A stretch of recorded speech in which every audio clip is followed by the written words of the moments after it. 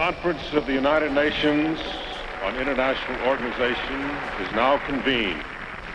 The United States and the Soviet Union are now among the chief artisans of the new international order.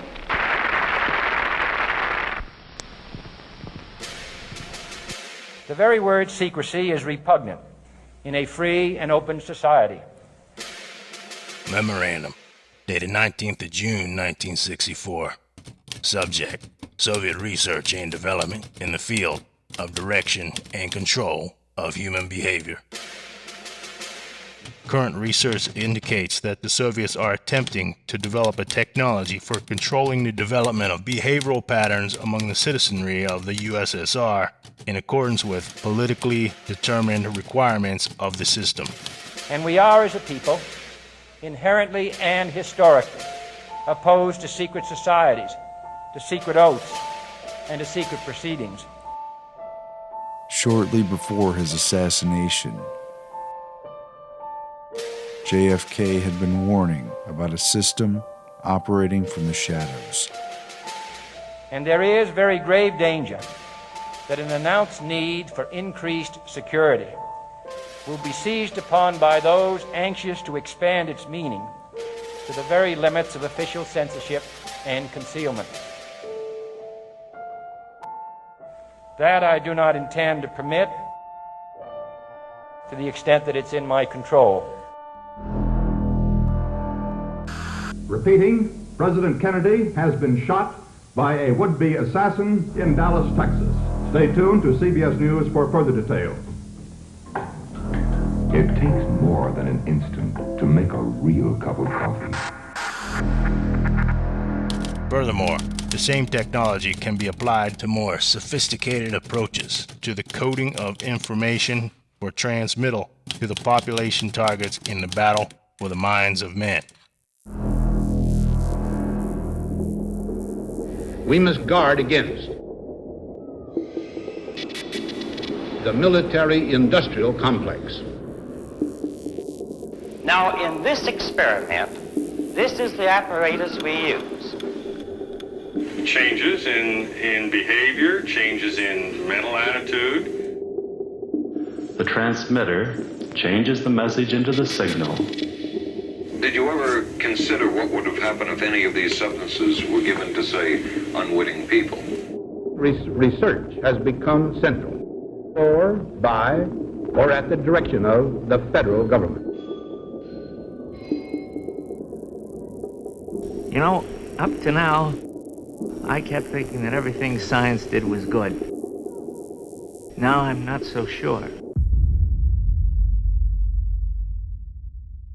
We must also be alert to the equal and opposite danger that public policy could become the captive of a scientific, technological elite.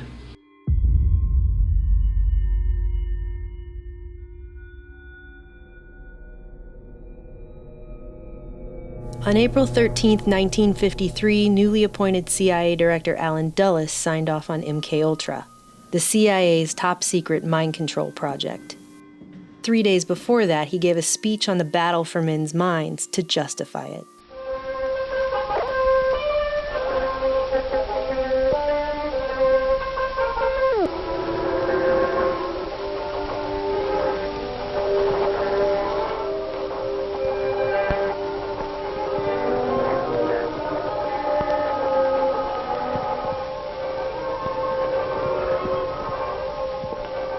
For Dulles, it was a missive into a newly declared battle for the minds of men, and would come just weeks after he became CIA director, as a countermeasure to Soviet, quote, brainwashing.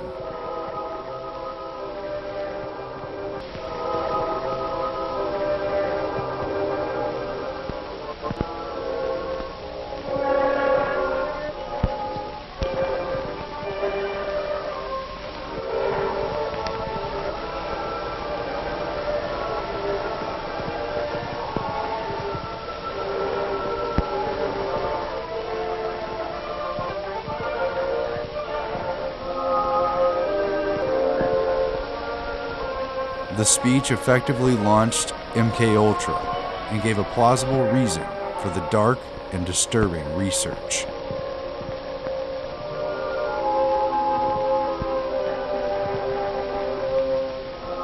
Dulles would sign the memo, creating the CIA's most notorious secret research project just 3 days later, and ironically only a few weeks after the death of Stalin, who had ruled Soviet Russia for 25 years with an iron fist.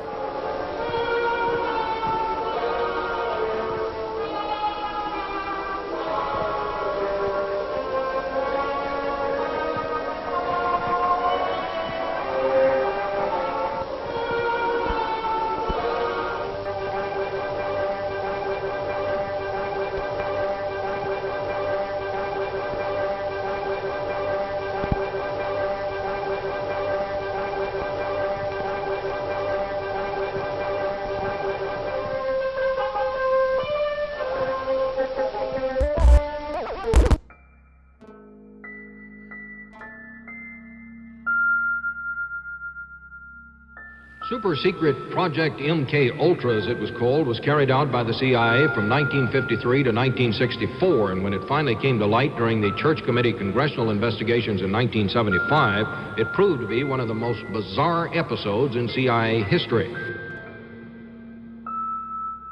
It was often dismissed as a half-cocked effort of a paranoid Cold War spy agency. The public wouldn't even learn about the project's existence until the mid-70s. NBC News has new information on mind experiments done 20 years ago without the patient's knowledge, experiments funded by the CIA. A decision was made at the highest levels of the CIA to do testing on unwitting Americans. I hope I have a reasonable moral standard. MK was a cryptogram for the Office of Technical Service under the CIA's clandestine Science and Technology Division. The huge experimental endeavor would weaponize science and psychology under more than 140 sub-projects.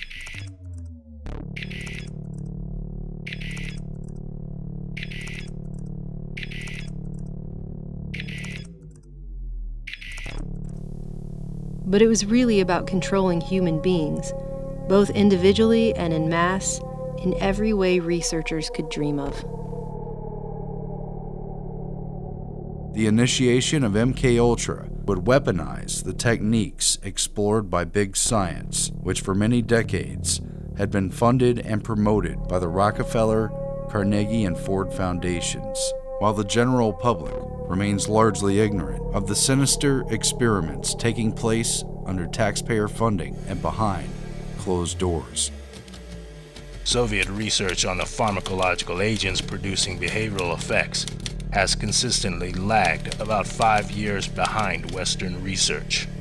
They have been interested in such research, however, and are now pursuing research on such chemicals as LSD-25, amphetamines, tranquilizers, hypnotics, and similar materials. Among other things, investigators found the CIA had been testing the drug LSD on unsuspecting humans. One man given the drug committed suicide. The committee was never... MK Ultra would mostly be remembered for its drug experiments. I'm going to give you this cup that contains lysergic acid 100 microgram. Will you drink it? That's acid.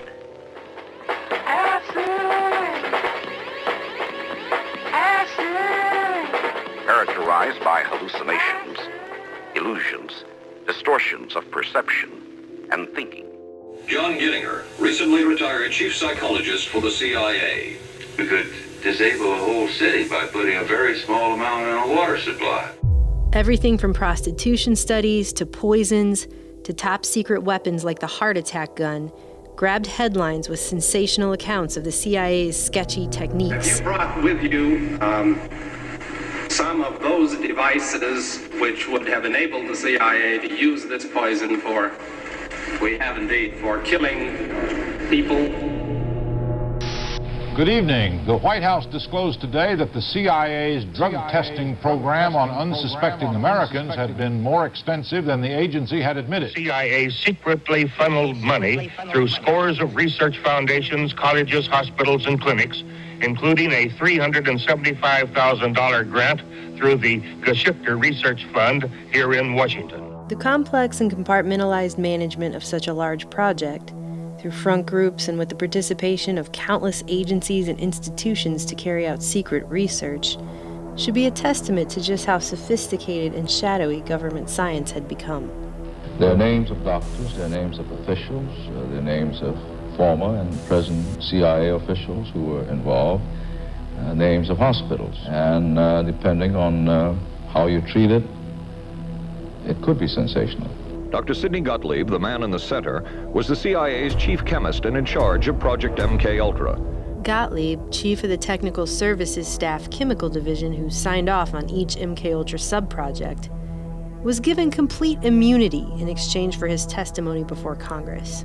In a recent deposition, Gottlieb conceded the CIA was interested in retrograde amnesia, or blanking out a period of time in a person's memory. Ultra involved hundreds of different drugs and substances, hypnosis, narco-hypnosis, sleep and sensory deprivation, and other behavior modification therapies. This information indicates the CIA was interested in learning how to erase memory. They are former patients, part of a CIA-funded experiment, MK-Ultra. I've heard that it was the most brutal program under MK-Ultra. Felt like they had complete control over me. Tens of thousands of people across North America and the world were involved in these experiments. Drug testing on American citizens was more widespread than previously believed. They included experiments secretly involving hospitals testing drugs on terminal cancer patients and enlisting prisons to experiment on criminal sexual psychopaths. Military soldiers, civilians, inmates, hospital patients, and even children, without regard to consent. It is doubtful that any meaningful form of consent is involved in this case.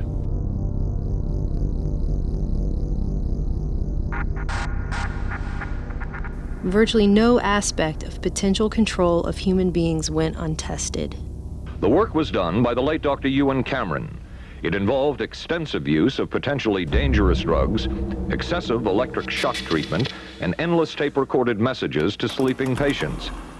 Dr. Cameron wanted to erase, rewrite, and program the mind and the person with all new thoughts and behaviors. And he used CIA and Rockefeller Foundation funding to do it. Cameron wrote, "This was the way to make direct, controlled changes in personality." Is that what you were interested in?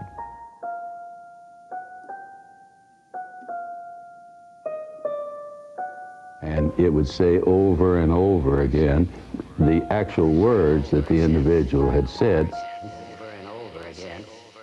And Dr.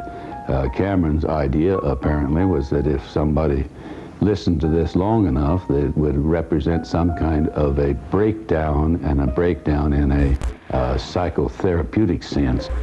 Some heard the same message 250,000 times.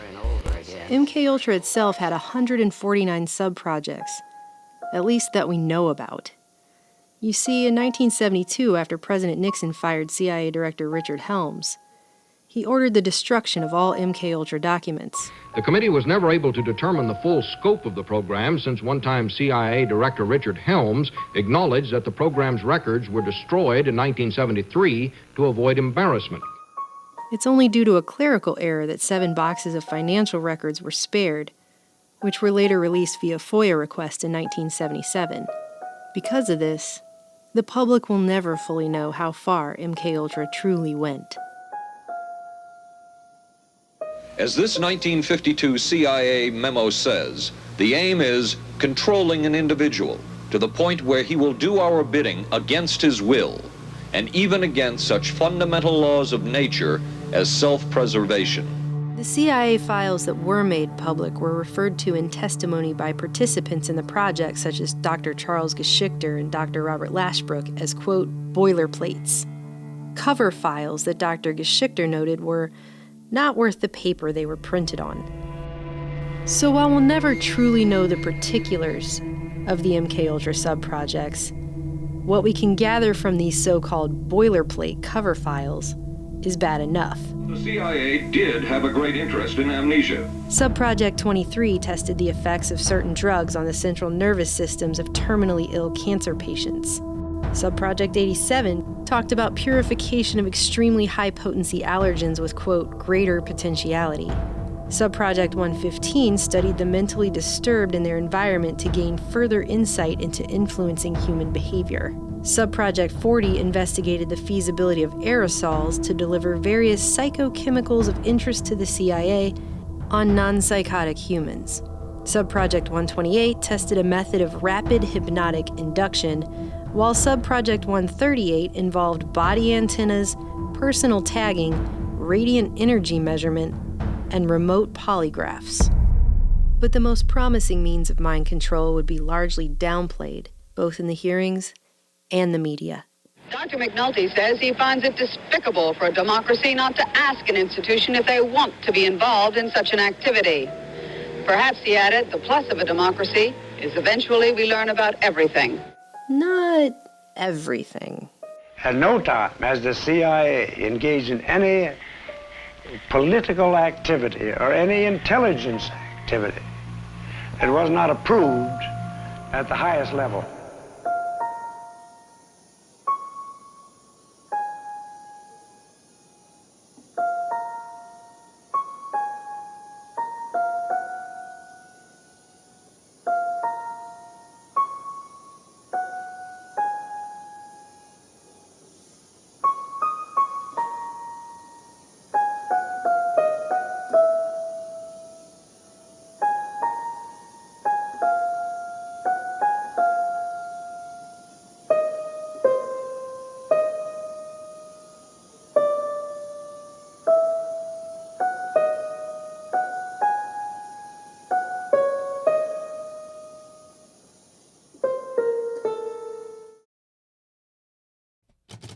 There are two major methods of altering or controlling human behavior. The first is psychological, the second, pharmacological. Neither method would be very effective for single individuals on a long-term basis. No trial, no jail time, no explanation beyond the CIA's need to create Manchurian candidates. Raymond, Yes, ma'am. do you see the Red Queen? Yes, ma'am. Now here's what I want you to do. Key players given immunity, and the main bad guy, Ewan Cameron, vilified in the press. Pretty convenient to scapegoat him since he died a mysterious and untimely death hiking in the Adirondacks in 1967. Even the newspapers couldn't agree on whether it was a heart attack or an accident.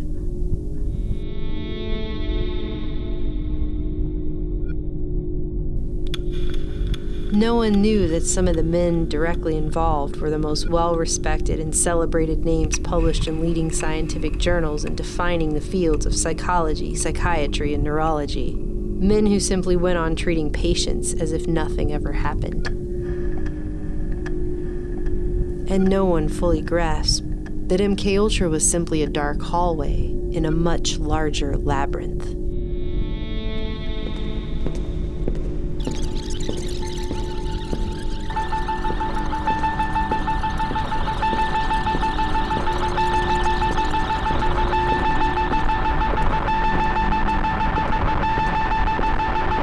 Ewan Cameron didn't work in a vacuum.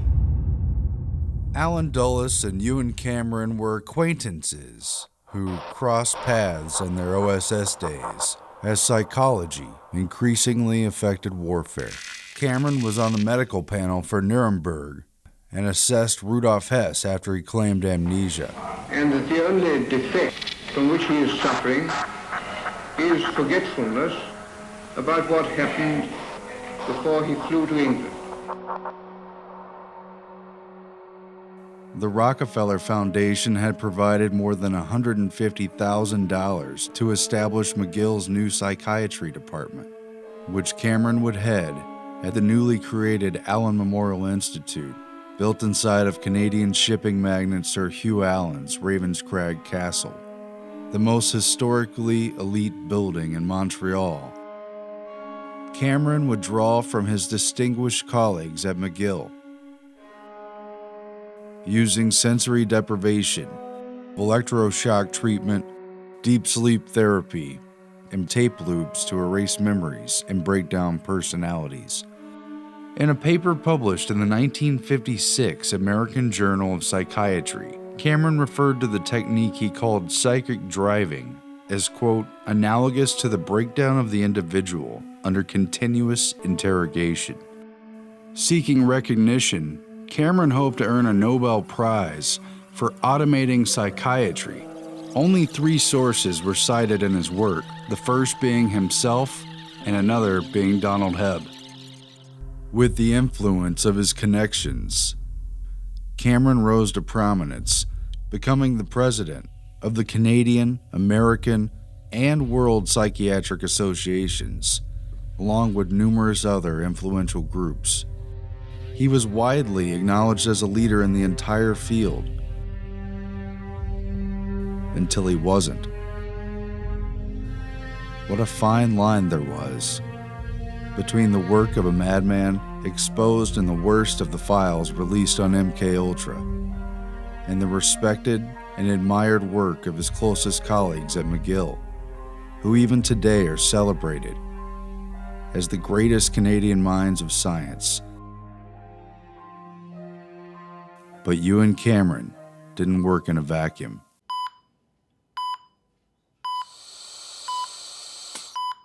Stimulation at point 2, sensation in thumb and index finger, quivering, tingling. Point 3. I hear voices. It is late at night, around the carnival somewhere. 1934, Montreal, Canada, McGill University. Dr. Wilder Penfield had already mapped out much of the cerebral cortex by placing electrodes on the brains of his epileptic patients. Point 4. Some sort of traveling circus. I just saw lots of big wagons that they used to haul animals in.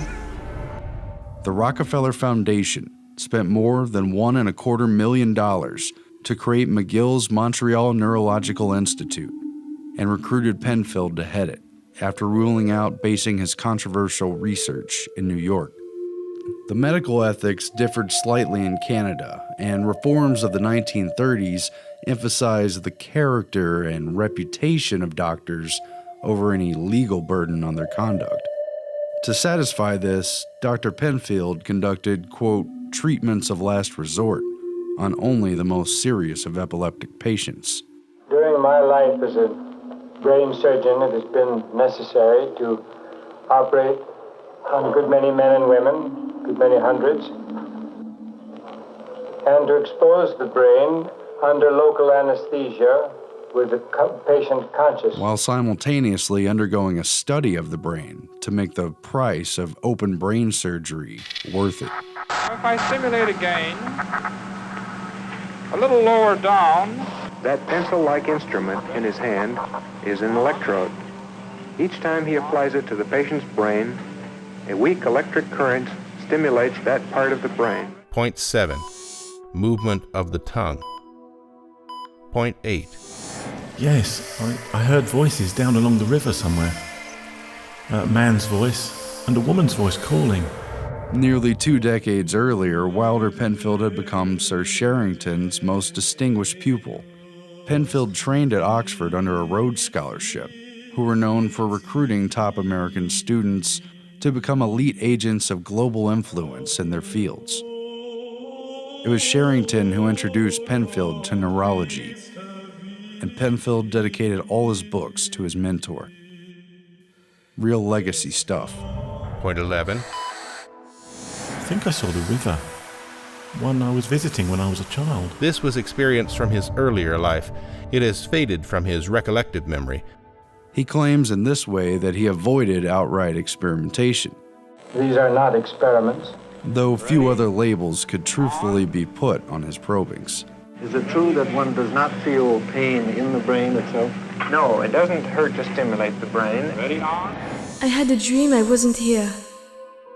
I hear people coming in. I hear music now. An old song I heard on the radio. A funny little piece. These reenactments contained both visual and auditory elements in them. This was an incident of childhood which she could never have recalled without the aid of the stimulating electrode. You'll see how it evokes a body movement or a sensation. Ready? On. Buddy, did you feel anything? Yes, I did. What? I felt that my hand was numb.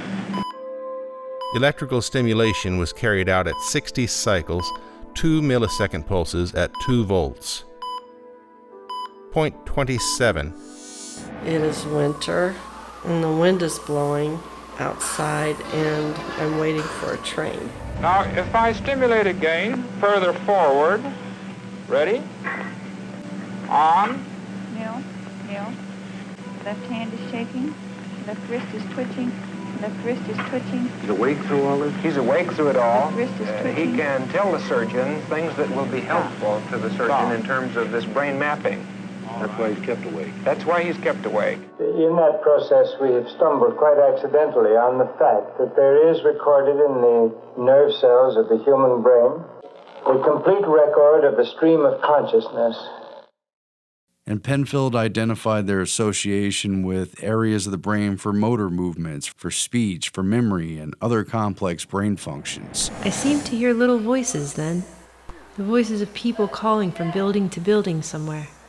I do not know where it is, but it's very familiar. They seem to be run-down buildings. He even found parts of the brain that stimulated auditory and visual hallucinations, and where dreams were stored, or at least stirred from. Dream is starting. There are a lot of people in the living room. One of them is my mother. It is a useful, practical procedure to stimulate the cortex electrically. The electrode recalled the smell of burnt toast in the woman's mind, which had seared into her memory during a key seizure. Dr. Penfield, I smell burnt toast. For this moment, Penfield was later dubbed the greatest living Canadian, even though he was American by birth and he only later took citizenship. The Canadian government even made a commercial about this scene to celebrate his life. We just called him the greatest Canadian alive. Penfield destroyed the associated part of the brain and she was, quote, cured. But not all patients were so lucky. A patient referred to as DT became speechless during the removal of a large portion of the dominant side of his brain and died of pneumonia a week later, withdrawn and unable to speak. Despite the deliberate destruction of the man's brain, Penfield somberly noted that the autopsy showed no obvious cause of the speechlessness or of his death. For Penfield, these risky experimental surgeries were worth it. He was creating what was known as the homunculus, a veritable map for the outer cortex, and a code towards understanding the inner workings of the brain. Under Penfield, McGill became a gravity, a central focal point for future research to orbit around. Not so much for the cure of brain diseases like epilepsy, though that too would move forward, but in the quiet conspiracy of brain doctors and their patrons who would become determined to identify the buttons of the brain and push them for shadowy agencies of the government. In the trenches of neurophysiological control was Donald Olding Hebb, a Canadian who started at McGill in education, left finding influence in experimental psychologist behaviorist Carl Lashley. Hebb returned to McGill in 1937 under a Rockefeller Fellowship to work with Dr. Penfield. Penfield's homunculus provided Hebb with a map to behavior inside the functions of the brain. By the time he published his seminal 1949 work, The Organization of Behavior, he'd spent more than a decade and a half studying learning. Learning in the neurological sense of actions in the brain, and learning in the sense of conditioned behavior.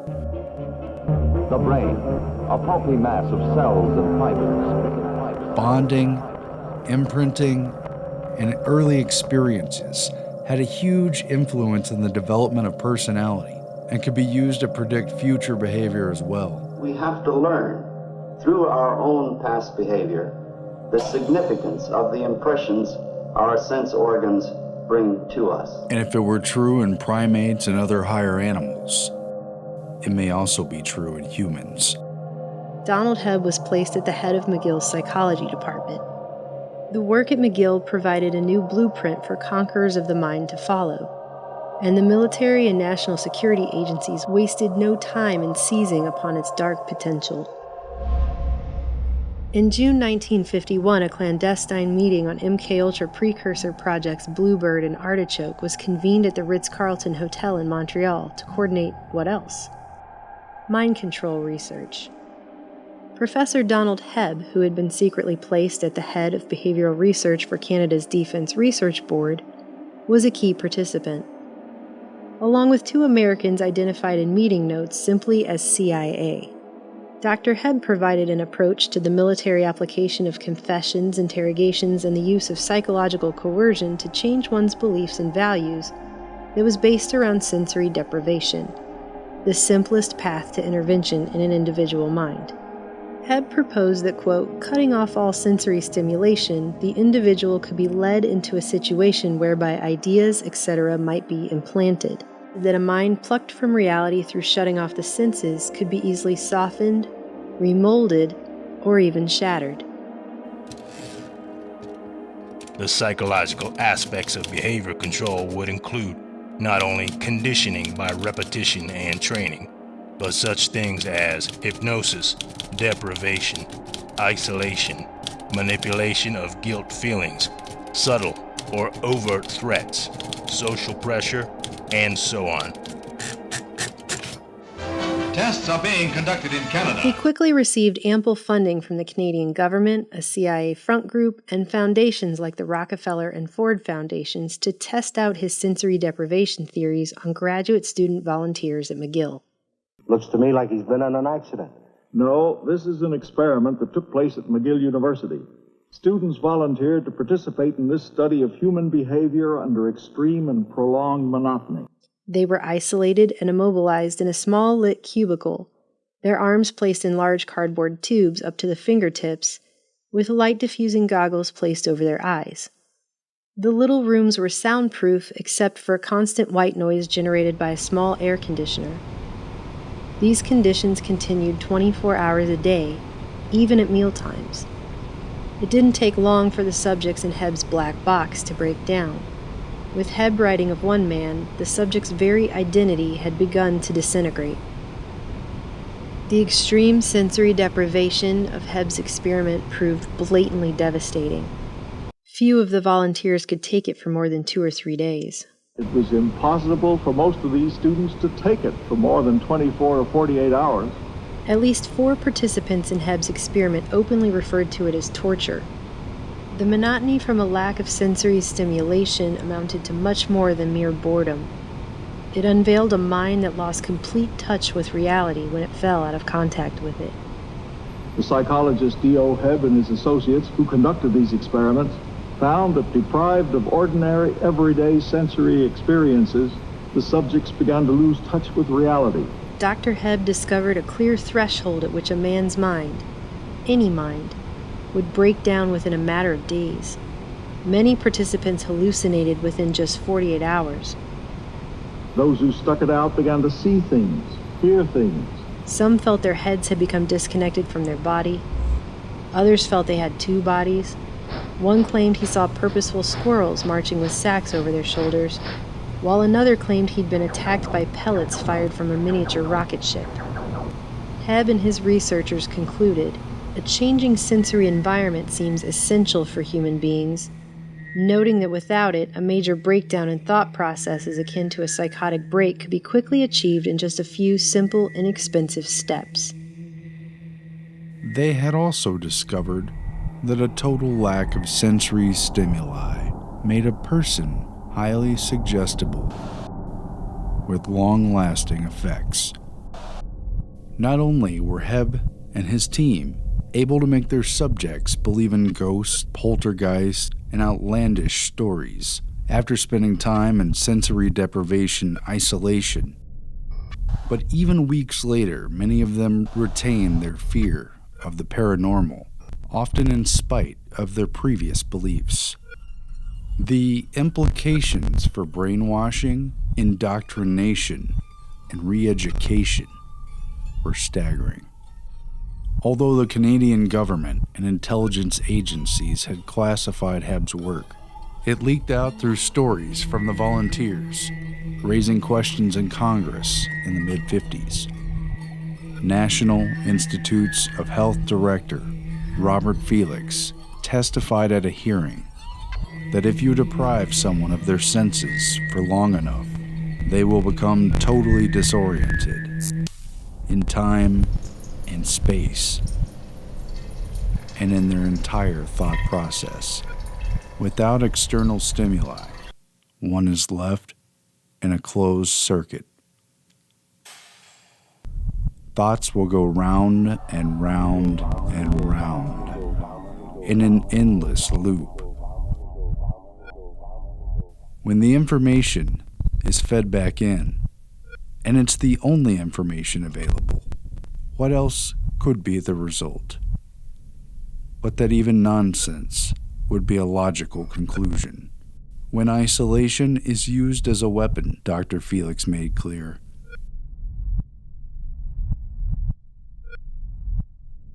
anyone could be broken down by this technique.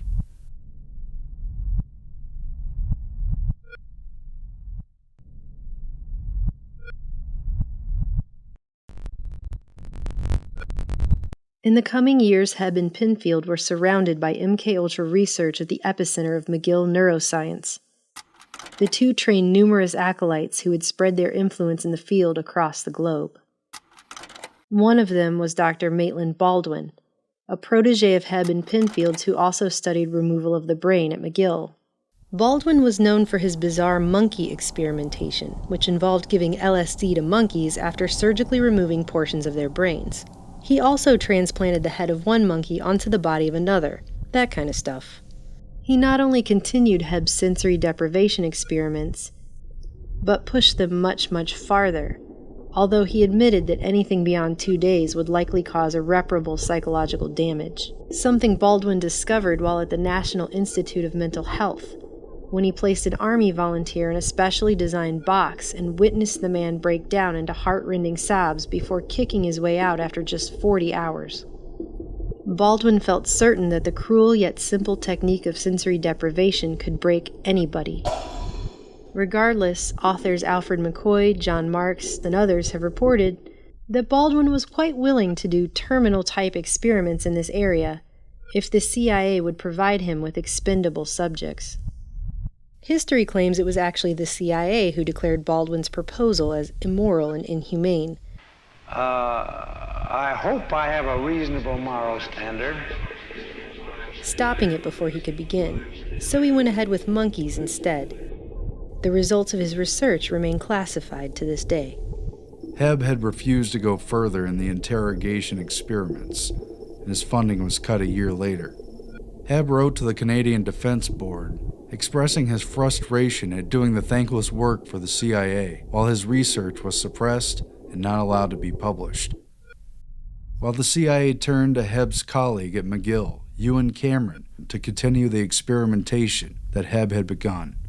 Author Alfred McCoy claims that a lawsuit forced the Canadian government to admit Hebb's close ties with the CIA, including a 1963 briefing that coincided with the release of the agency's Kubark Manual, the counterintelligence interrogation and psychological torture manual based largely on Hebb's findings, in addition to granting Hebb a special CIA security clearance in 1964. Ultimately, Hebb, a respected university figure, was willing to go only so far with his debilitating research.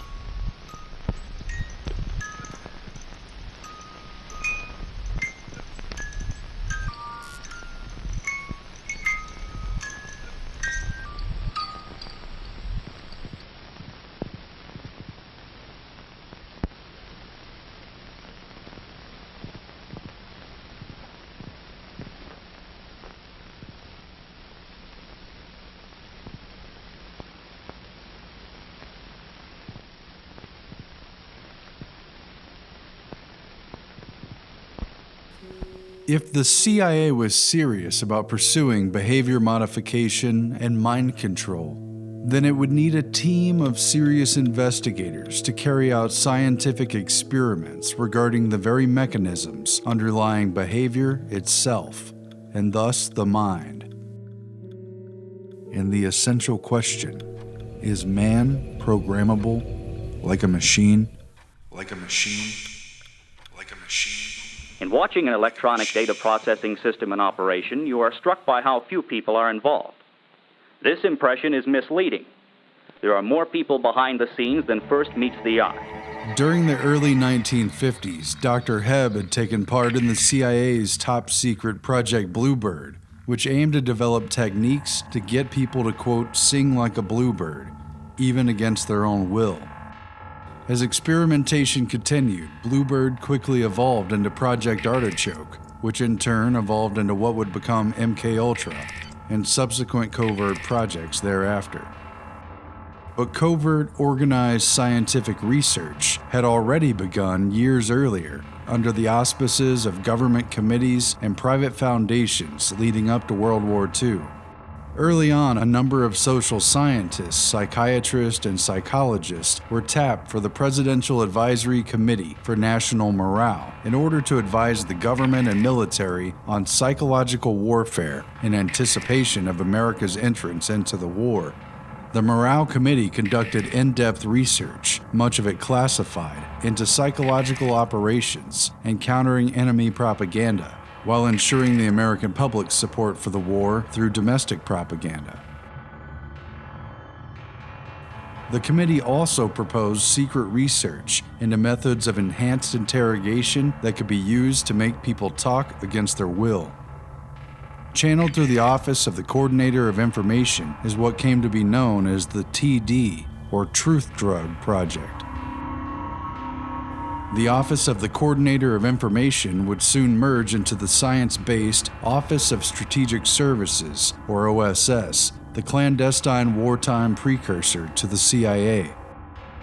These early truth drug experiments would be carried out in secret, but apparently with little success, under the cover that the OSS was attempting to find a cure for shell shock.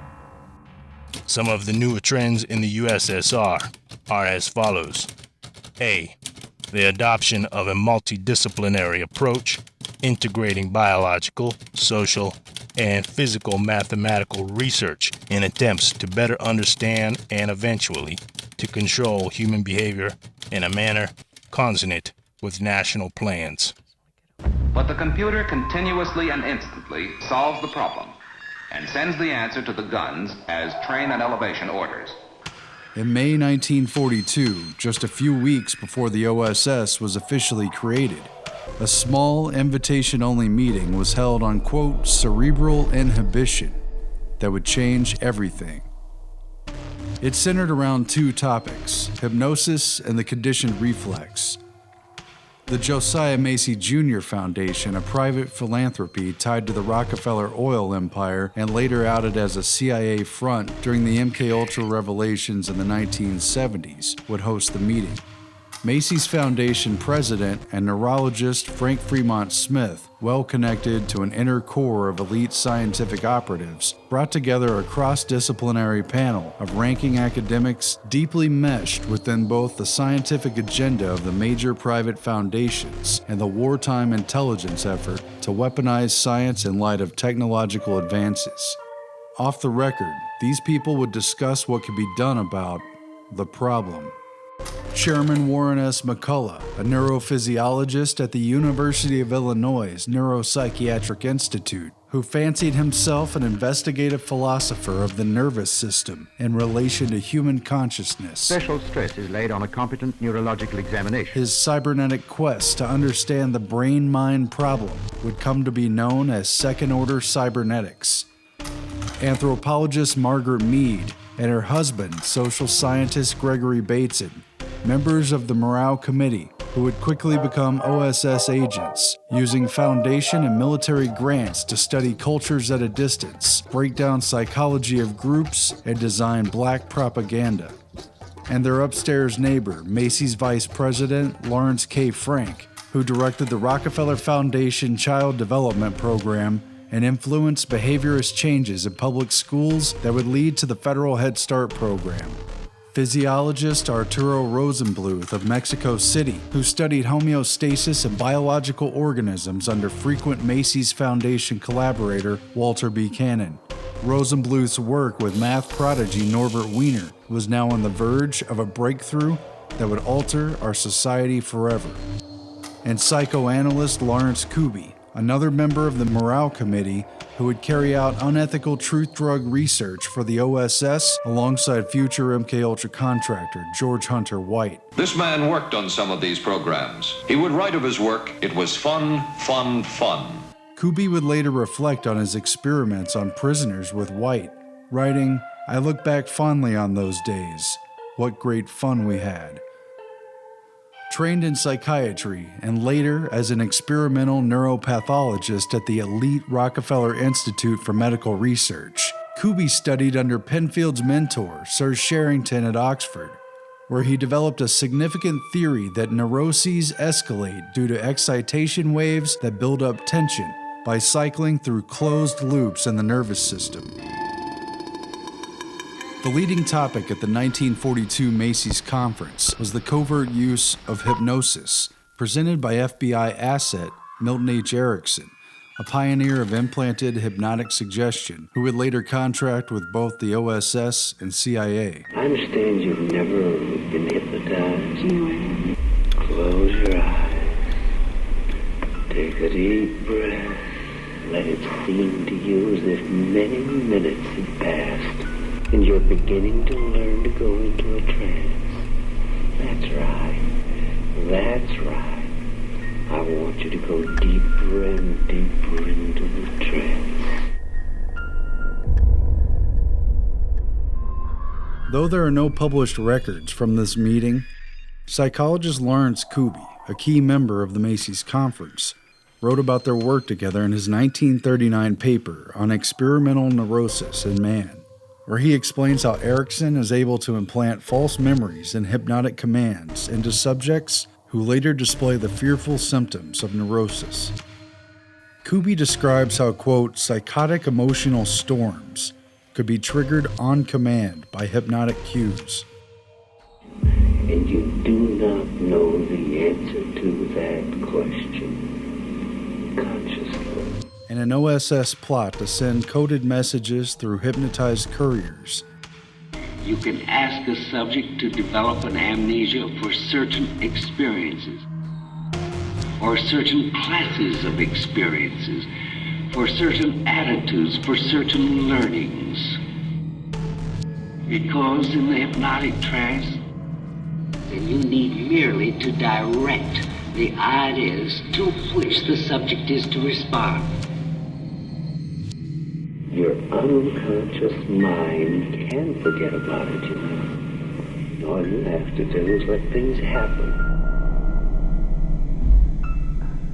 Hypnosis rolled over into the group's second presentation on the conditioned reflex, presented by psychologist Howard Liddell, who established Cornell University's Behavior Farm Laboratory, where irrational stimulus and response patterns were found to trigger artificial neurosis in sheep and other animals.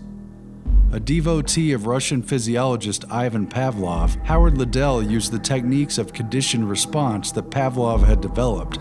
I'm myself somewhat of a disciple of Pavlov. To study the conditions between the central nervous system and emotions. These experiments proved that motivations like hunger could be exploited, and the psychological response to stimulus, whether pain, fear, or reward, could be gamed to create experimentally induced neuroses, which is little different than torture.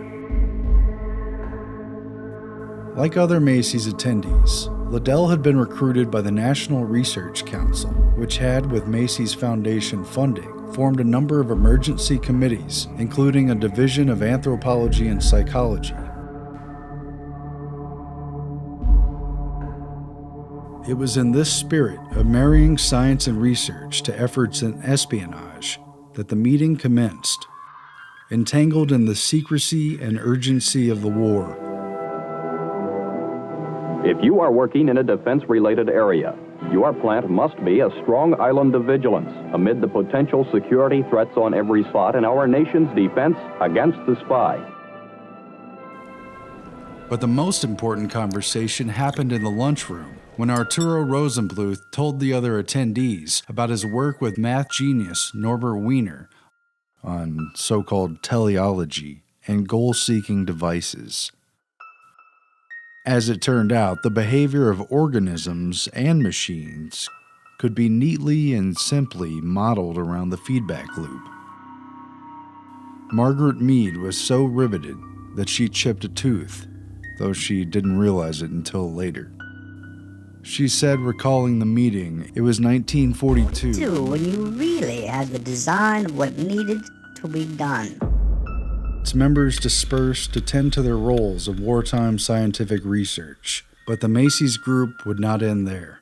10 more Macy's conferences were planned on what the group informally called the Man-Machine Project, a new science of control based largely on Norbert Wiener's work.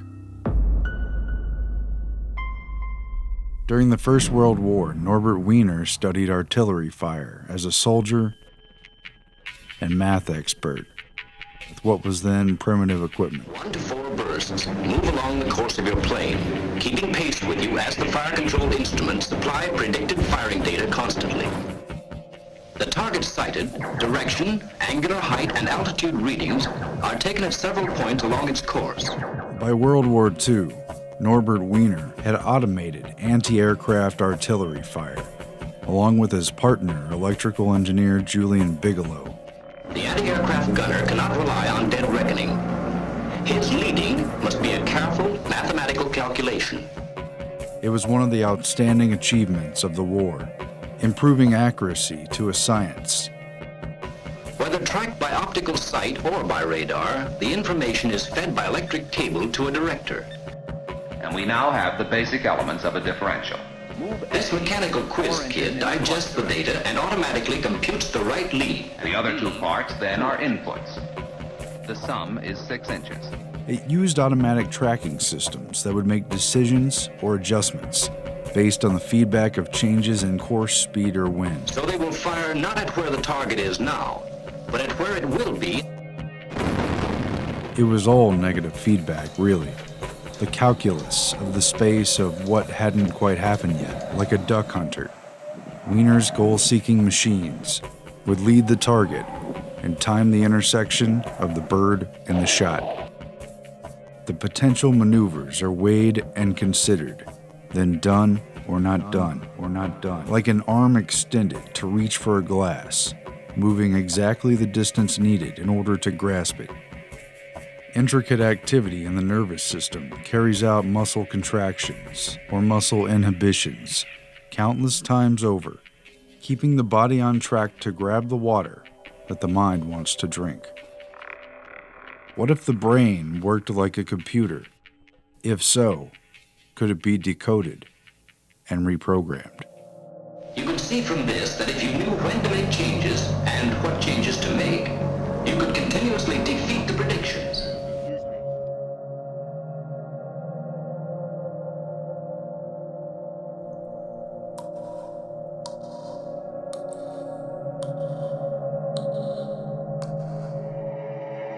This rotund and notoriously absent-minded genius had constructed a formula for what he termed cybernetics, a phrase he had coined out of the Greek word kybernetes, or steersman.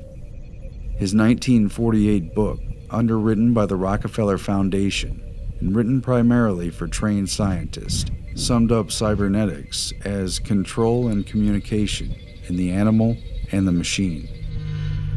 Its popularity triggered the 1950 follow-up, The Human Use of Human Beings, Cybernetics and Society, dropping the heavy math that outlined a whole new era. Our first assignment was communication, maintaining the nerve system of the arsenal of democracy. Communication. It was during these interwar years and at a confidential meeting in Princeton that Warren McCullough in his words, began conspiring with Rosenbluth and Fremont Smith on the interdisciplinary meetings to follow.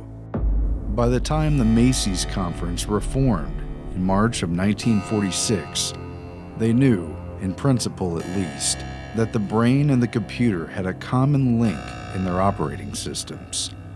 Both work through inputs and outputs, so interface should theoretically be possible. Now, technology from the war had provided a unique opportunity for researching these questions in practical terms.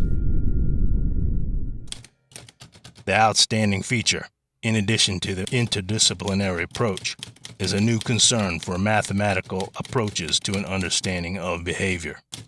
Particularly notable are attempts to use modern information theory, automata theory, and feedback concepts in interpreting the mechanisms by which the second signal system, i.e., speech and associated phenomena, affect human behavior.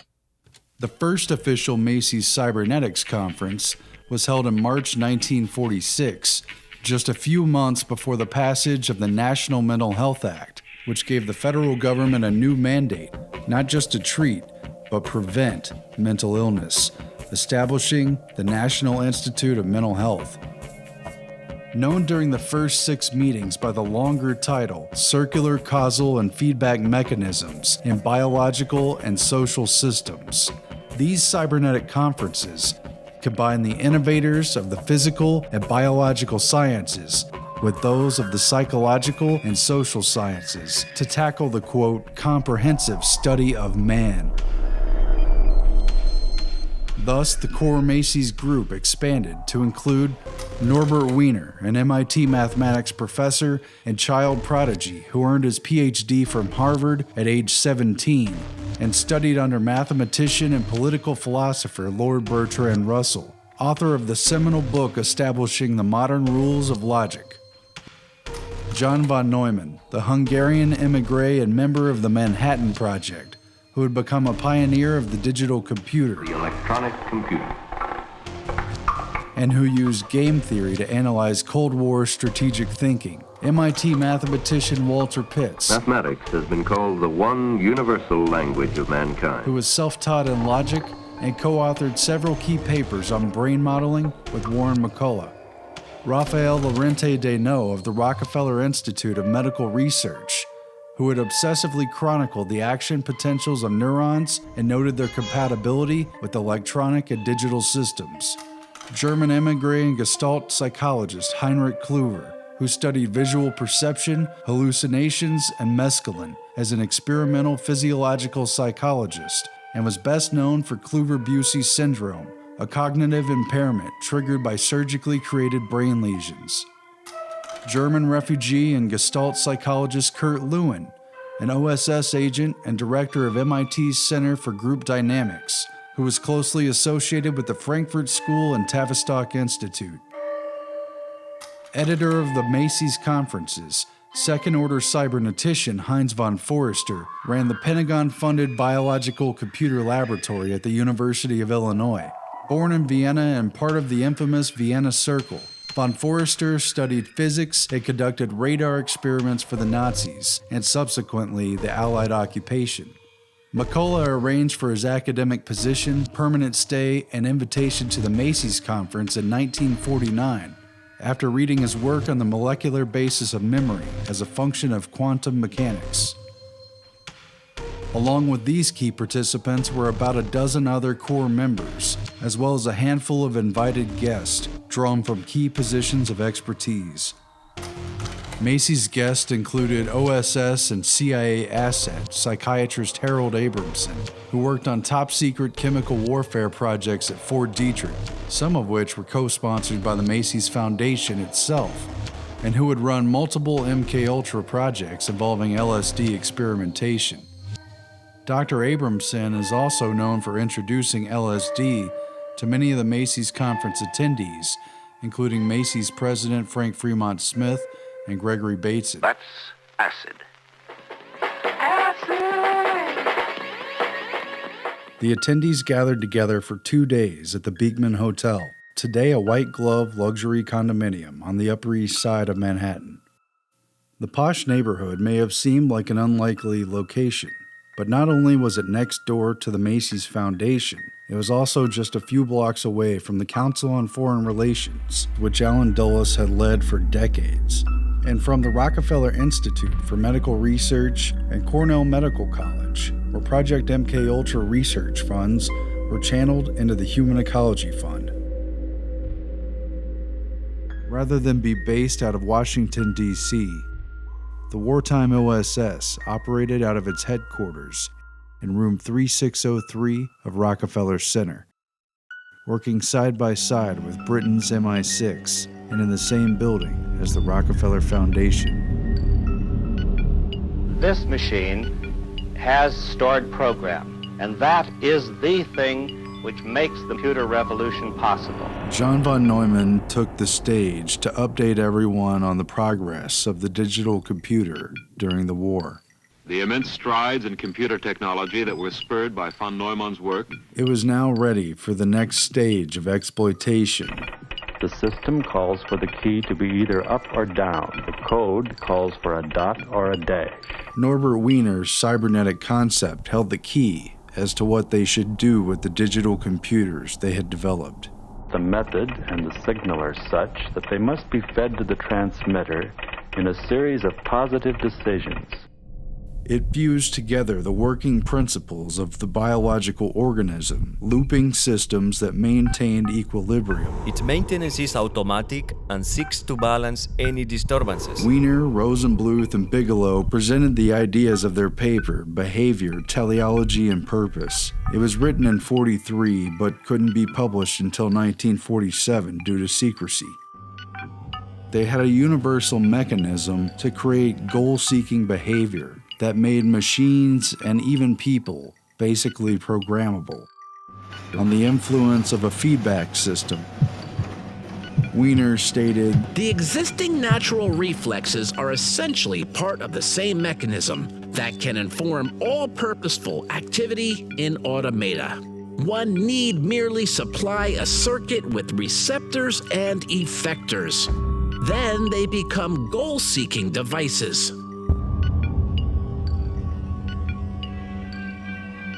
Conference Chairman Warren McCullough had taken things a step further, showing how the operation of the human brain can be represented by on and off electric switching devices.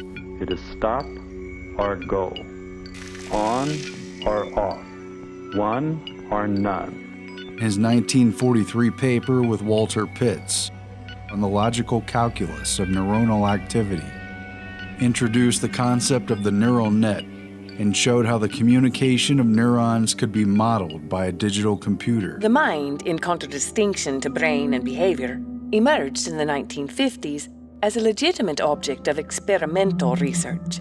The neural nets project of McCullough and Pitts spearheaded this cognitivist turn in the 1940s. Science of mind thus became a science of signals based on binary logic. Neural nets bridge the gulf between body and mind, matter and form. The comparisons between the central nervous system as an electronic machine and the digital computer as an artificial brain boiled down to questions of logic, mathematics, and the very nature of reality itself. Very simply, in the first place, I wanted to find out what was going in the brain. For McCullough, it was always an esoteric quest to find the nature of reality in quantifiable and technical terms. Head of the Department of Cybernetics at MIT, psychologist, psychiatrist, neurophysiologist, engineer, mathematician, American, a confirmed eccentric, a genuine Renaissance man.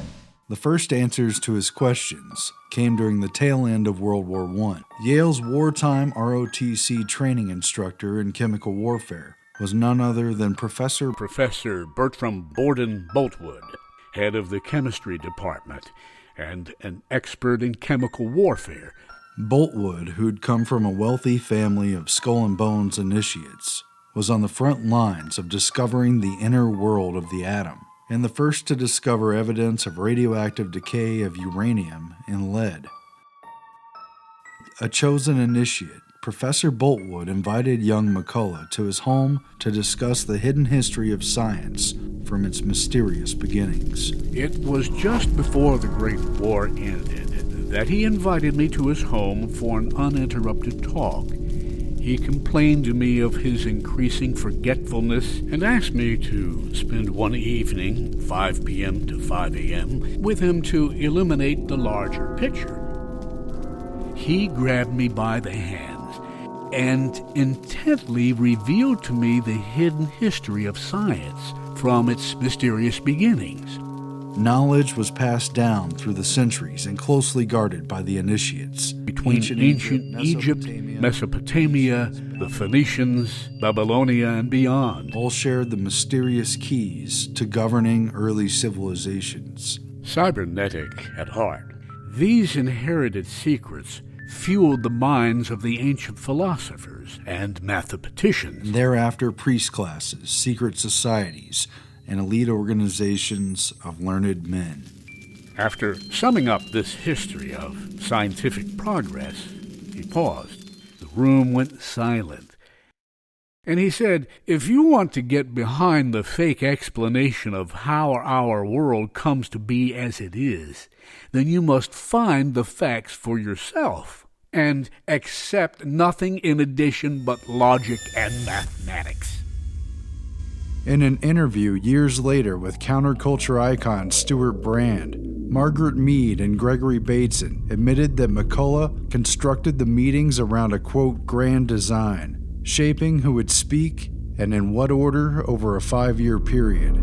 When Brand asked Bateson what McCullough's grand strategy was, Bateson simply replied, "Who knows?"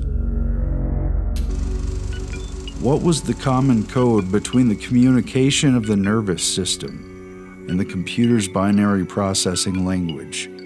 They wanted to show the effect of the physical world on the mind in statistical terms with data. Input, output.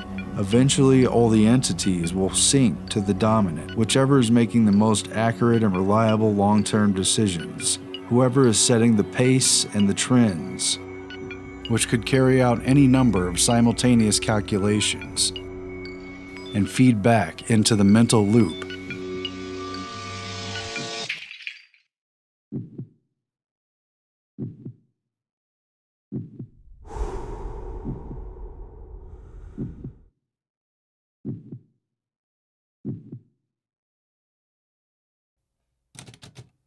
Implied by this research was the hope for a technology for controlling behavior via the second signal system, using information inputs as causative agents rather than chemical agents, electrodes, or other more exotic techniques applicable perhaps to individuals rather than groups. See, this new trend, observed in the early post-Stalin period, continues. By 1960, the word cybernetics was used by the Soviets to designate this new trend. This new science is considered by some as the key to understanding the human brain and the product of its functioning, psychic activity and personality, to the development of means for controlling it, and to ways for molding the character of the new communist man. The airborne computer is no longer a theory, nor an experiment. It's a fact. Tested, functioning, practical, and restricted. It has gone into production under the label brain. Macy's was meshing the power of language, communication, and the symbolic exchange of information with the biological modes of control, sowing seeds in 1,000 directions. A psychologist was involved in this experiment, along with a biophysicist and a physiologist. This was the birth of personal computers, robotics, satellites, and artificial intelligence. From the very beginning, models created in the digital computer of the brain were also inversely symbolic of the mechanization of the mind, which might one day be conquered one neuron at a time. As he finds the correct path, he registers the information in his memory. Theseus is an electrically controlled mouse. He has the ability to solve problems by trial and error means and then remember the solution. And something perhaps akin to a brain. counterpart to Macy's. The Ratio Club was formed in 1949 in the UK. McCullough gave the keynote at the first meeting. Alan Turing, W. Ross Ashby, Gray Walter, and Donald McKay were among its most important members. Now meet Dr. Gray Walter of Bristol. His mechanical tortoise has an electronic brain which functions like the human mind, sensitive to both light and touch. Dr. Walter says that his electronic toys work exactly as though they have a simple 2-cell nervous system, and that with more cells they could do many more tricks. But Gray Walter was more deeply involved in the study of brainwave activity itself. Present-day radio and television techniques afford an opportunity to probe into the brain. Mapping the relaxed states of mind characterized by alpha waves, and Walter was the first to experimentally produce changes in brain waves through the use of flickering light. Now I'm going to flash a bright light at you. Keep your eyes closed, and please try not to move. That's good. Gray Walter had also worked closely with Norbert Wiener, introducing him in the early 30s to the then mysterious field of brainwave interpretation. For each stimulus to a sense organ starts not one, but a train of impulses which are easily followed electrically with a cathode ray or other oscillograph. The discussion began at von Neumann's request, a conversation about consciousness as to whether there is an anatomical substrate for what has everybody knowing things. Von Bonnen held it was probably not cerebral cortex that determined awareness, but more likely something in the midbrain, and I suggested the importance of the thalamus.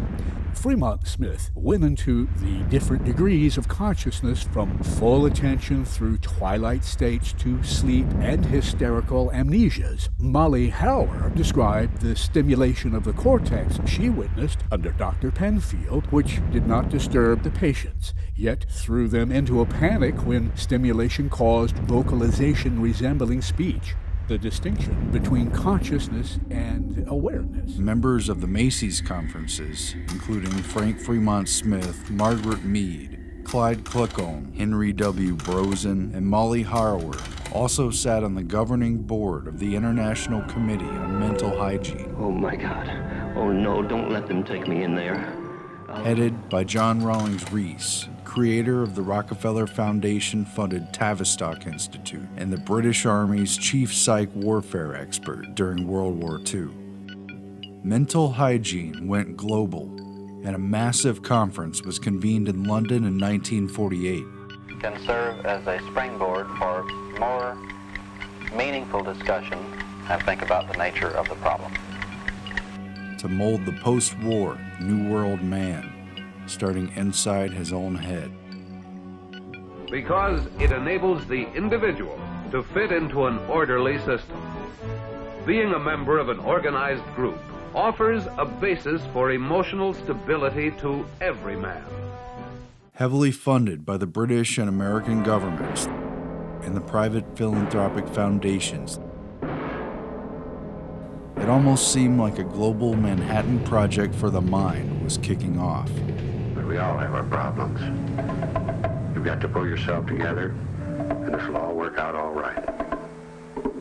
It culminated in a report authored by the Cybernetics Conference members, Lawrence Frank and Margaret Mead, and was titled Mental Health and World Citizenship, which focused on the modifiability of man and all of his social institutions.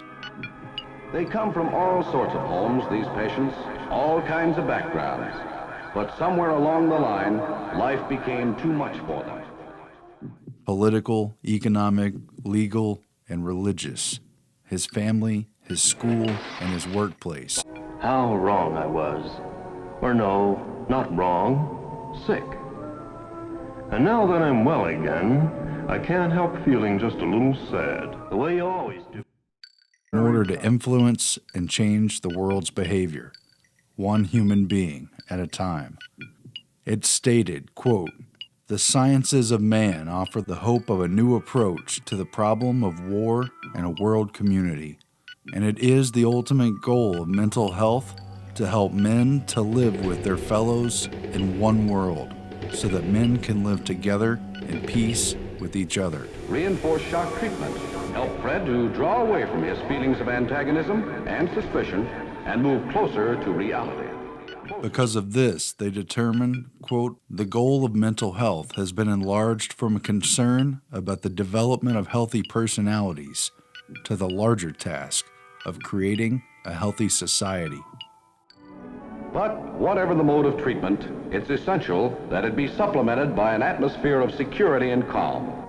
The effective hospital must always serve as a refuge for its patients, a place where they can live quietly during that period of reorientation in which they learn how to achieve a better adjustment to the world outside. Out of the conference, a supposedly scientific World Federation of Mental Health was established. John Rawlings Rees left the Tavistock Institute to become its first president, a seat that both Fremont Smith and Mead would later fill as well. The group's motto, borrowed from the UNESCO Constitution, was, quote, since wars begin in the minds of men, it is in the minds of men that the defenses of peace must be constructed. The problem became one of communication between man and machine, between machine and machine, between machine and man. There was a large military presence at the Macy's cybernetic meetings. Perhaps not surprising given how many contracts its core members had with Naval, Air Force, and Army research, all of which were later exposed as routine fronts for CIA endeavors. These meetings bring together field representatives, simulation data people with their background of environmental information, and military personnel, the ultimate users of the programs. The Office of Naval Research had its own branch for investigating physiological psychology, basically another name for cybernetics. Man, which we have put in between two already known machines. Man is a predictor and says, I shall continue to do whatever my last solution predicted will be right, so long as no detectable difference arises. I'm very curious to know just how far we can push this human operator. Would you please describe? In which part of the brain should they screw the spark plug? So we have the human operator surrounded on both sides by very precisely known mechanisms, and the question comes up, what kind of a machine have we placed in the middle? What kind of a machine is man? The needs that power the human machine, that influence human behavior. Let's take a man.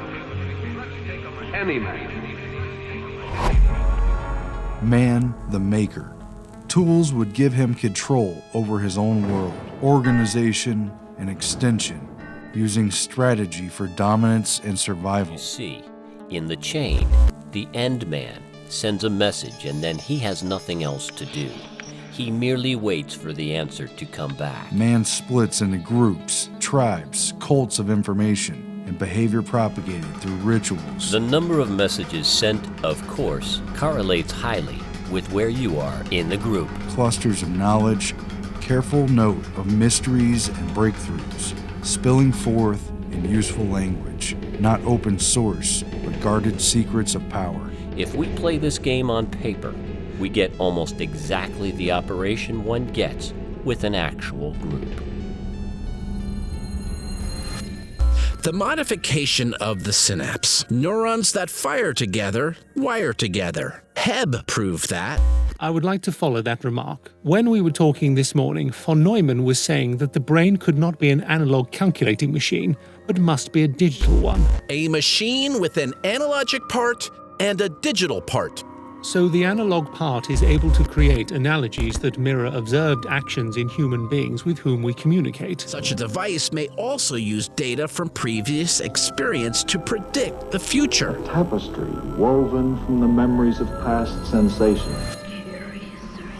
What are you? I can't tell where this is going. Depends on where you walk to. Curiouser and curiouser. What kind of place is this? What I see when I look at you is, in fact, my image of you. Or you see your image of me. The how of using our senses is a deeply concealed body of knowledge. Very few people seem to realize the enormous theoretical power of this distinction between what I see and what is actually out there. Most assume that they see what they look at, but the map is not the territory.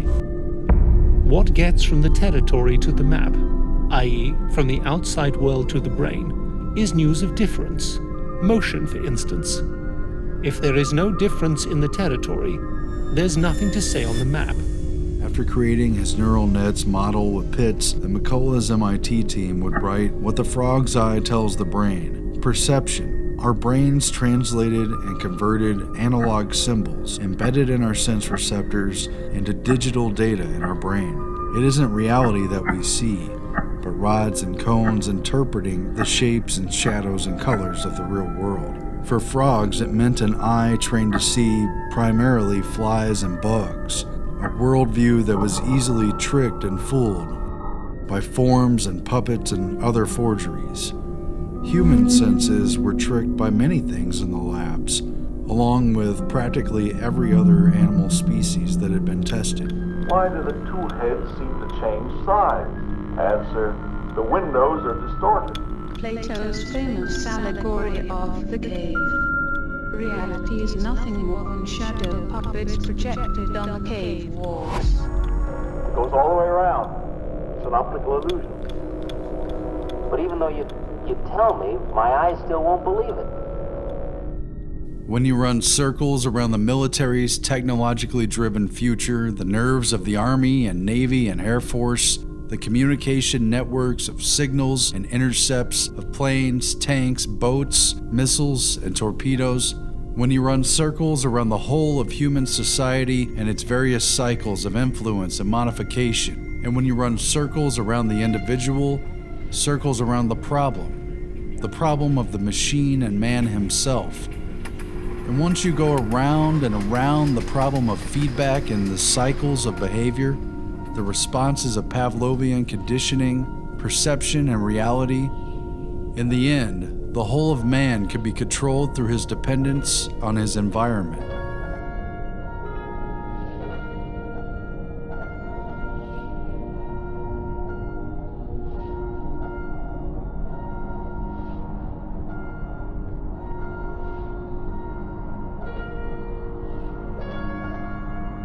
Because the mind is contained within the brain-body mechanism, and thus isolated from the outside world, it is entirely dependent upon information derived from the senses. In other words, the mind is already contained within a natural matrix.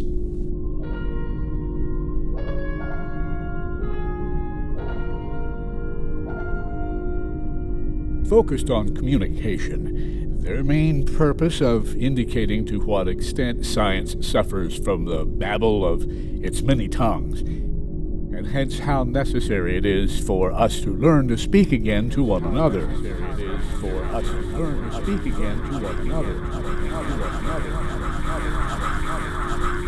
The transmitter previously feedback systems must operate message, channel, its function, see on-off knowledge of electrical impulse transmitted constant feedback information back into the message and delivered to the destination. Many of the cybernetics members were now talking literally about constructing an artificial matrix. A matrix is supposed to give birth, not receive. And yet what I want to talk about is very definitely the birth of a matrix. The matrix has been a growing thing, getting more and more complex, wider and wider in its scope, and, I believe, more and more fertile as time has gone on. Pattern comes from pater, the father, a stamp. Then the papa is making again and again children of himself.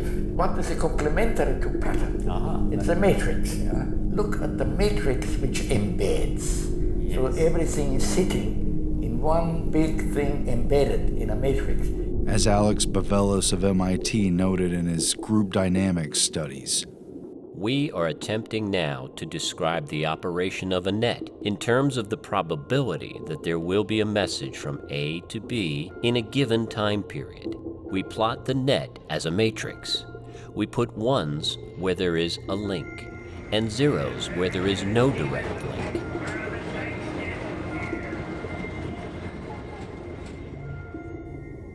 At stake was the unveiling of an entirely new paradigm, one which encompassed a holistic view of control that could potentially govern the world and the mind. The system they came up with required that individuals and society be placed in a common communications network. The eye of the beholder sees a strange new technology. It all centered around man-computer symbiosis. Things are going to be considerably better for a lot of people when and if we ever get changed over to an essentially electronic base. As this network evolved, the internet developed into an artificial nervous system. Like other Macy's attendees, J.C.R. Licklider had been activated by wartime research. His experiments in modeling the human brain with psychoacoustic factors at Harvard overlapped with secretive contract work that revolved around how the human nervous system reacted to electronic stimuli. Behavior tied to appetite was couched in the same terms as that for self-steering torpedoes and self-training guns. Like so many computers, machines, and other controllable factors, man could be placed in a technical loop and his behavior modified. Yes, I see. Do go on. A psychologist and computer scientist, Licklider embodied the connection between cybernetics and Cold War air defense, which was largely based out of Boston and MIT.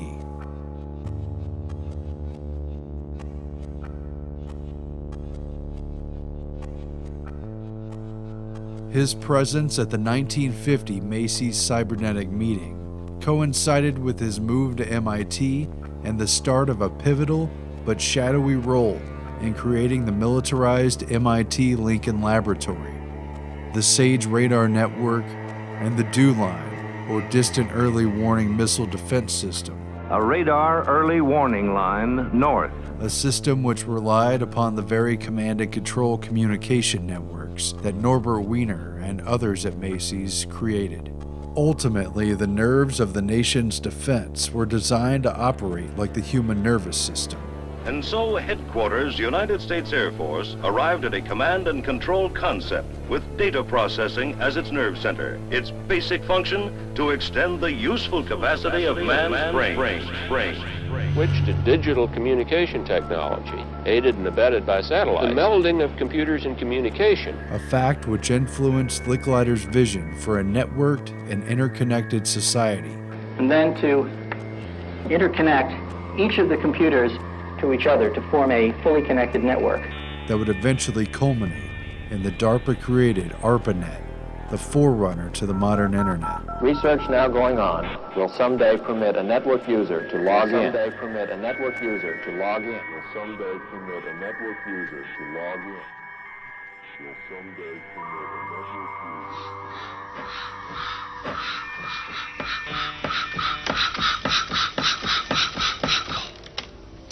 The important thing to realize about systems is how they are controlled. And we must get rid of any notion straight away that control is something imposed on the system from outside. It has to be built into it. Let's see how the mechanism works. You see it lifting here, transmitting the message along here, lifting that cam up here, and then shutting off a valve there. That is built into the system. It's called feedback, and feedback is ubiquitous in control systems. At this point, we realize that reality itself is not a fixed thing. As our nervous systems interpret the symbols and signals of familiar patterns and changes, continuously revising our image of the world. Thus, an artificial matrix is inherent, indeed unavoidable. These systems which are minds are circuits of cause and effect. They are cybernetic systems. For me, the system is man and environment. Man sought to control his own kind by way of understanding what governed his actions starting with the neuron, base unit of mind-body communication. What is cybernetics? A railway train needs no steering gear. The forces required to correct for the buffetings of wind and way are supplied automatically by sideways reaction of the rails against the wheel flanges. A ship, lacking such implicit means of guidance, requires a helm, normally controlled by a helmsman. The Latin for helmsman is jubinator. The Greek, kybernetes.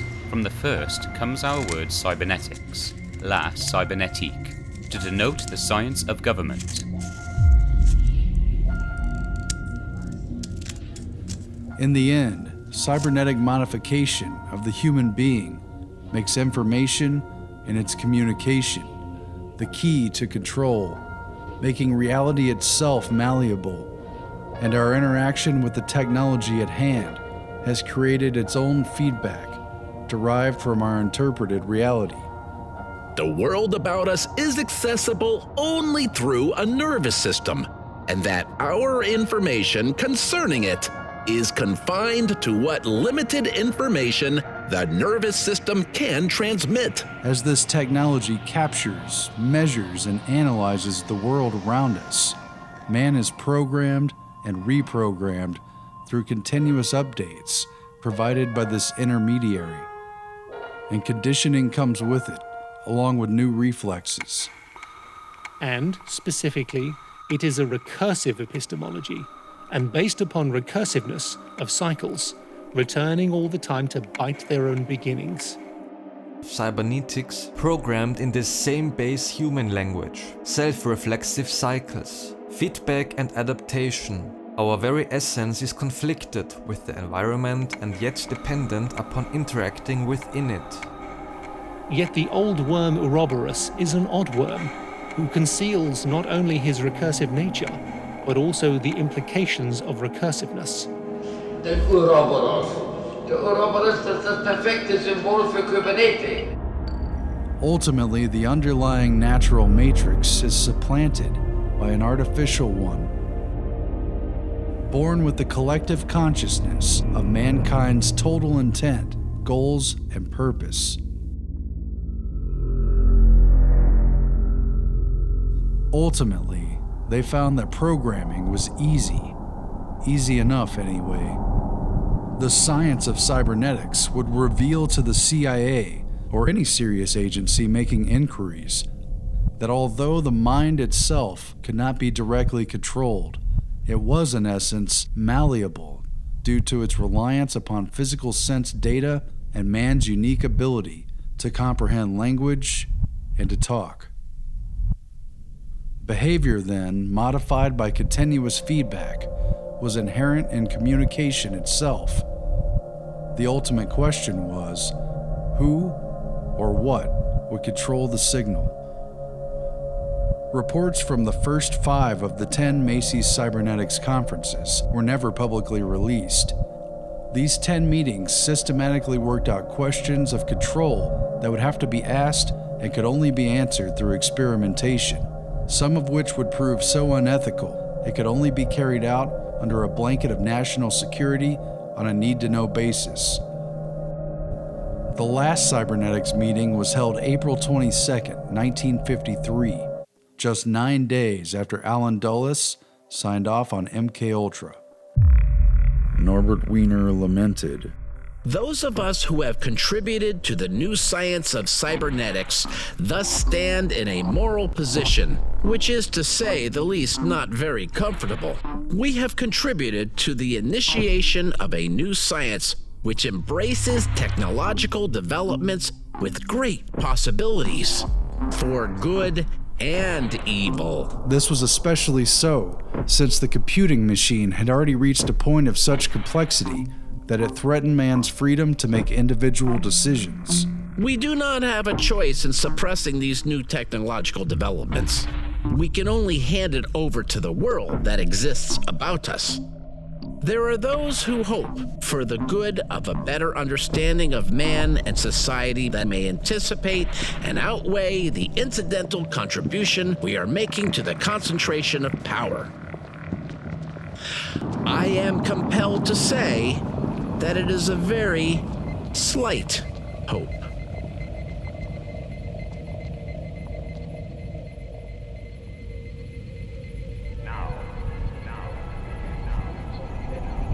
But it had to be done. It had to be done. It had to be done. It had to be now.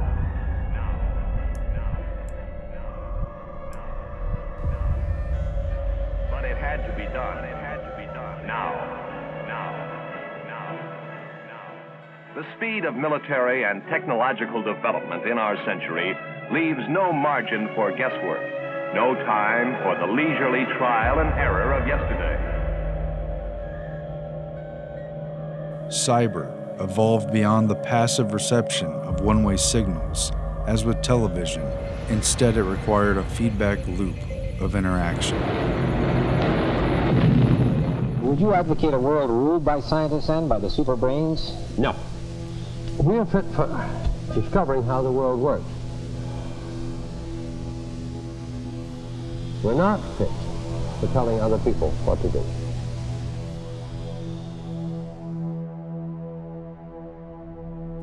At a conference in 1968, shortly before his death, Warren McCullough remarked, "Man, to my mind, is about the nastiest, most destructive of all the animals. And I don't see any reason, if he can evolve machines that can have more fun than he himself can, why shouldn't they take over, enslave us, quite happily?"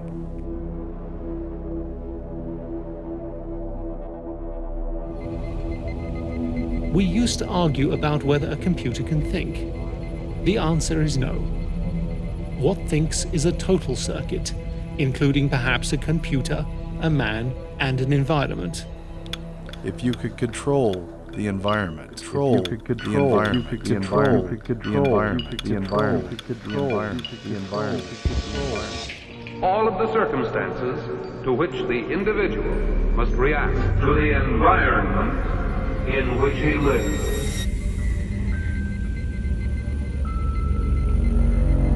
Similarly, we may ask whether a brain can think, and again, the answer is no. He has to work by cycles of operation, very much like an ordinary mechanical computer. He does very many complicated things. What thinks is a brain inside a man who is part of a system which includes an environment. If you can get to the man at the switches, if you get to the man at the switches, then you can get to the real man.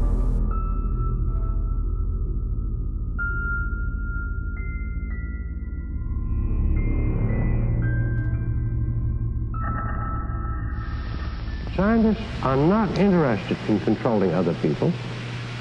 They're interested in finding out how the world really works. Now, look, I'm not even able to run a gang of 20 people, and I've had 50 under me. No. To run the world, no. No scientist is fit for that.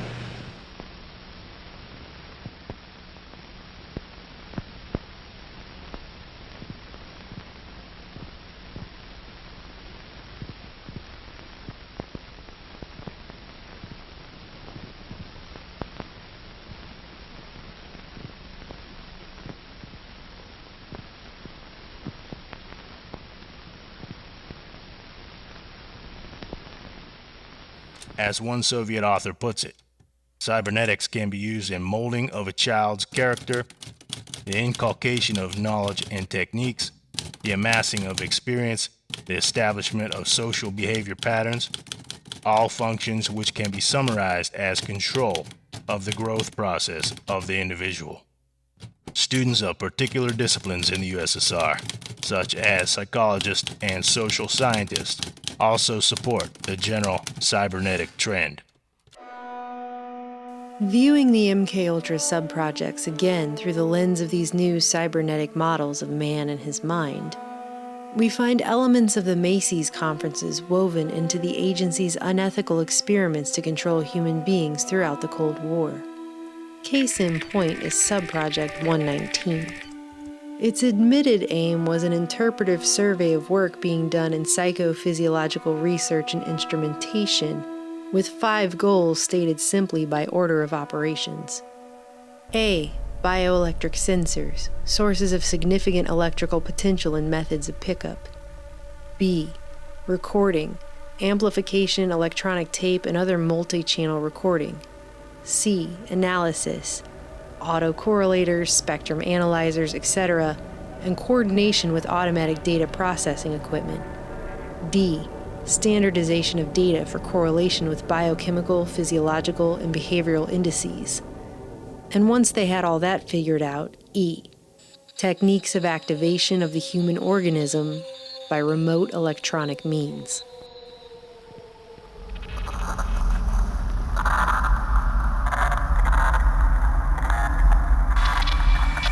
Time revealed the principal on Subproject 119 was Dr. Saul B. Sells, who moved to Texas Christian University after spending a decade with the Air Force School of Aviation Medicine at Randolph Field and working as a statistician for the government during World War II.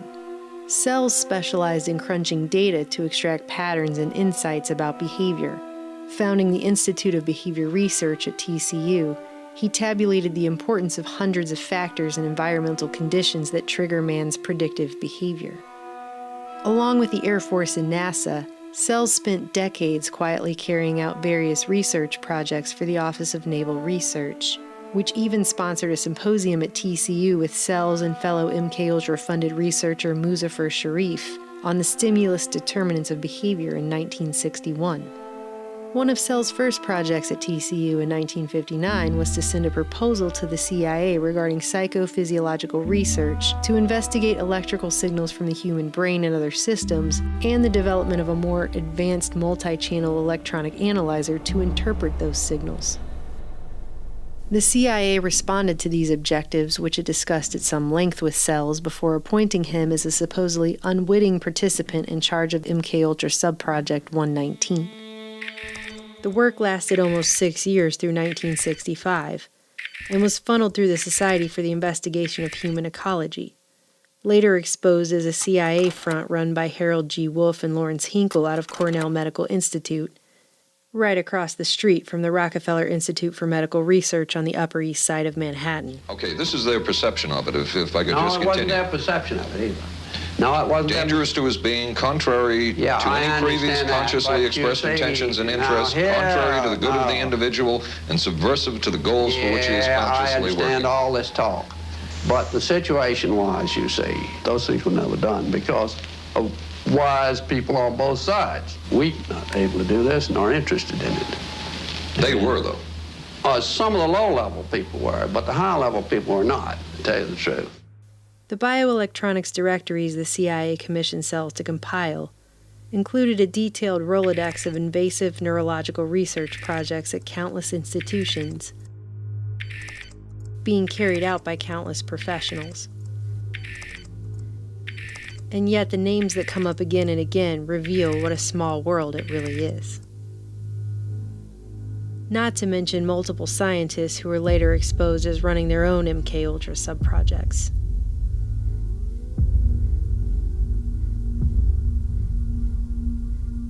What did 119 really mean by techniques of activation of the human organism by remote electronic means? Neither the declassified documents nor any of the government hearings throughout the 70s ever followed up on what the real goal of this sub-project was.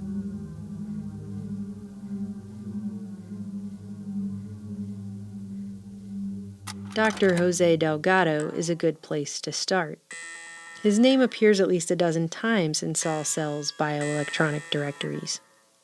The general public is more familiar with Delgado's experiments than nearly any other that has been connected to the CIA's secretive MKUltra objectives. Here we see the normal, highly aggressive behavior of a healthy bull in a small bull ring. For the scientists who were attempting to decode the central nervous system, electrical stimulation of the brain became a natural extension of the original experiments with electricity that Galvani, Volta, and others had used to trigger muscle contractions in frogs at the tail end of the 18th century. By the time Dr. Jose Delgado stepped into the ring, he didn't need the customary red cape anymore. Only a remote control. Neurophysicist Dr. Jose Delgado was financed by the Office of Naval Research. Delgado had implanted a series of electrodes into the aggression center of a bull's brain. And then he invited the press. The electrodes are attached to a small transistorized electrical stimulator, which is cemented to the bull's skull. The electrical stimulator in the skull responds to radio stimulation, so the bull is literally subject to remote control. Delgado has remote control of the animal. When the remote control apparatus is operated and the bull's caudate nucleus is stimulated, the bull becomes non-aggressive. Stopping the charging animal now only required the push of a button. According to Marcuse, inner freedom designates the private space in which man may become and remain himself. Today, this private space has been invaded and whittled down by technological reality. The techno-matador spectacle, which made headline upon controversial headline in 1966, was meant to shock people, to put humans in their place. But at this point in his career, Dr. Delgado was just showing off his ability to remote control the bull. He had been implanting electrodes in different centers of the brain since the early 1950s.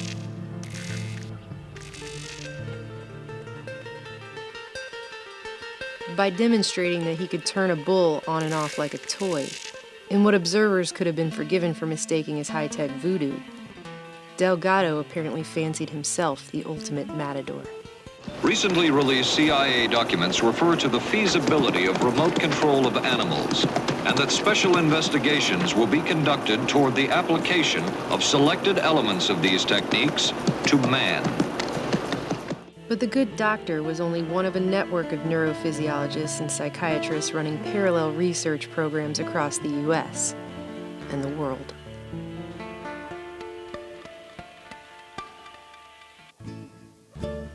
Cybernetician Warren McCullough was also among the earliest pioneers of deep electrode stimulation in the 30s at the Yale Laboratory of Neurophysiology, establishing the profound connection between the thalamus buried inside the brain and the outer sensory cortex that Wilder Penfield first explored. The master control for the whole body resides in the brain, and the new methodology of implanted electrodes has provided direct access to the centers which regulate most of the body's activities. But by the end of the half-century mark, things were honed into an operable science, and McGill would once again prove to be groundbreaking in decoding the inner brain. While Professor Donald Hebb was busy exploring the mechanisms of neural networks and the effects of isolation upon the mind, in part for the CIA, his postdoctoral students James Olds and Peter Milner were stumbling upon their own findings, which would prove to be pivotal. Although it had been accidental at first, Olds and Milner had discovered the so-called pleasure center of the brain through an extension of the technique Wilder Penfield first developed. A new window on the brain was opened in 1953, when a rat fortuitously evidenced a neuro-rewarding effect. By returning to the place where he had been when an electrical stimulus was applied to the brain via chronically implanted electrodes. In terms of conditioned behavior, this electrically induced reward became an end unto itself. In 1954, Olds created a reward map of the brain featuring locations where electrical stimulation caused mammals to come back for more.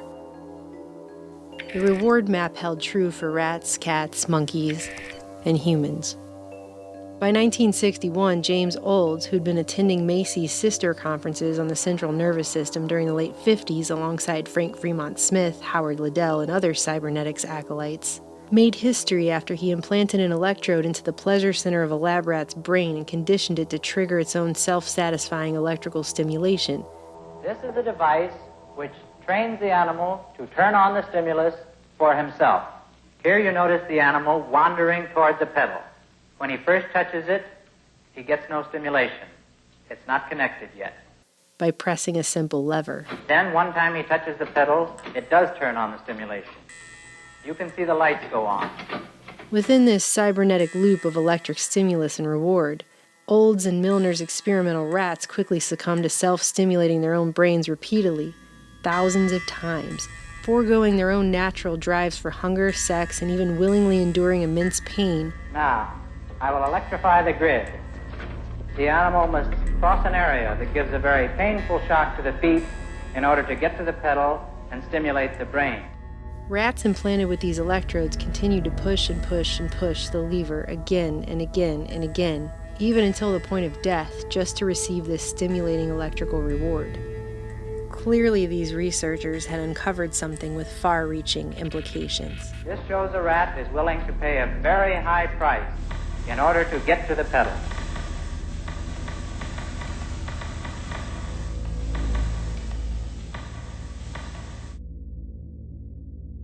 In 1953, this series of therapeutic research experiments was conducted by Dr. Robert Heath of Tulane University. His subjects responded to electrical stimulation of isolated brain centers implanted with electrodes. We see here the possibility for direct physical manipulation of the mind and personality. Feel good, do you think? Or if you do it too much, does it have any bad effects on you? No bad effects at all. Most of the scientists who conduct these experiments say that because they do not yet understand enough about the brain, these techniques should not be used on humans. But this man says they should. He is Dr. Robert Heath of Tulane University Medical School in New Orleans. Famously, he claims to have turned down the CIA when the agency approached him about conducting covert research into the pain and pleasure centers of the brain. Reportedly offended at the abhorrent suggestion, he was quoted in dozens of papers as saying, "I took the stand that if I wanted to be a spy, I'd be a spy. I wanted to be a doctor and practice medicine." But in reality, Dr. Robert G. Heath had been investigating the effects of mind-altering surgeries and substances for the government since at least 1943, when as a military psychiatrist and chief resident at the Neurological Institute in New York tied to Columbia University, he performed experimental leucotomies and tested ergotamine tartrate, a precursor to LSD derived from ergot, on war-weary, psychologically stressed merchant marines. Curiously, despite the fact that practically nothing has been mentioned about it since, the press billed the experimental ergot treatment as a miracle cure for shell shock that could permanently relieve symptoms in a mere 2 hours. By 1949, Dr. Heath was made head of Tulane's newly created Neurology and Psychiatry Department, and while the exact relationship remains unclear at this point, what is clear is that sometime during the early days of the CIA and military prodding into mind control through top-secret projects like Bluebird, Artichoke, and Chatter, Dr. Robert Heath was again tapped to go further than ever before in testing LSD, mescaline, and other mind-altering chemicals on his human patients. Dr. Heath carried out his research in the name of battling schizophrenia and mental disorders, which afforded him an endless supply of human test subjects. From the Tulane Medical School where he housed his labs, from the imposing charity hospital across the street, from the remote East Louisiana State Hospital hours away in rural Jackson, and even from the notorious Alcatraz of the South, Angola Prison. Because existing treatments had failed these patients, almost any experimental technique could be justified in their cases, although there is little evidence that Heath's experiments were actually therapeutic. By 1952, Dr. Heath had already outfitted nearly 24 mental patients with semi-permanent electrodes in their brains.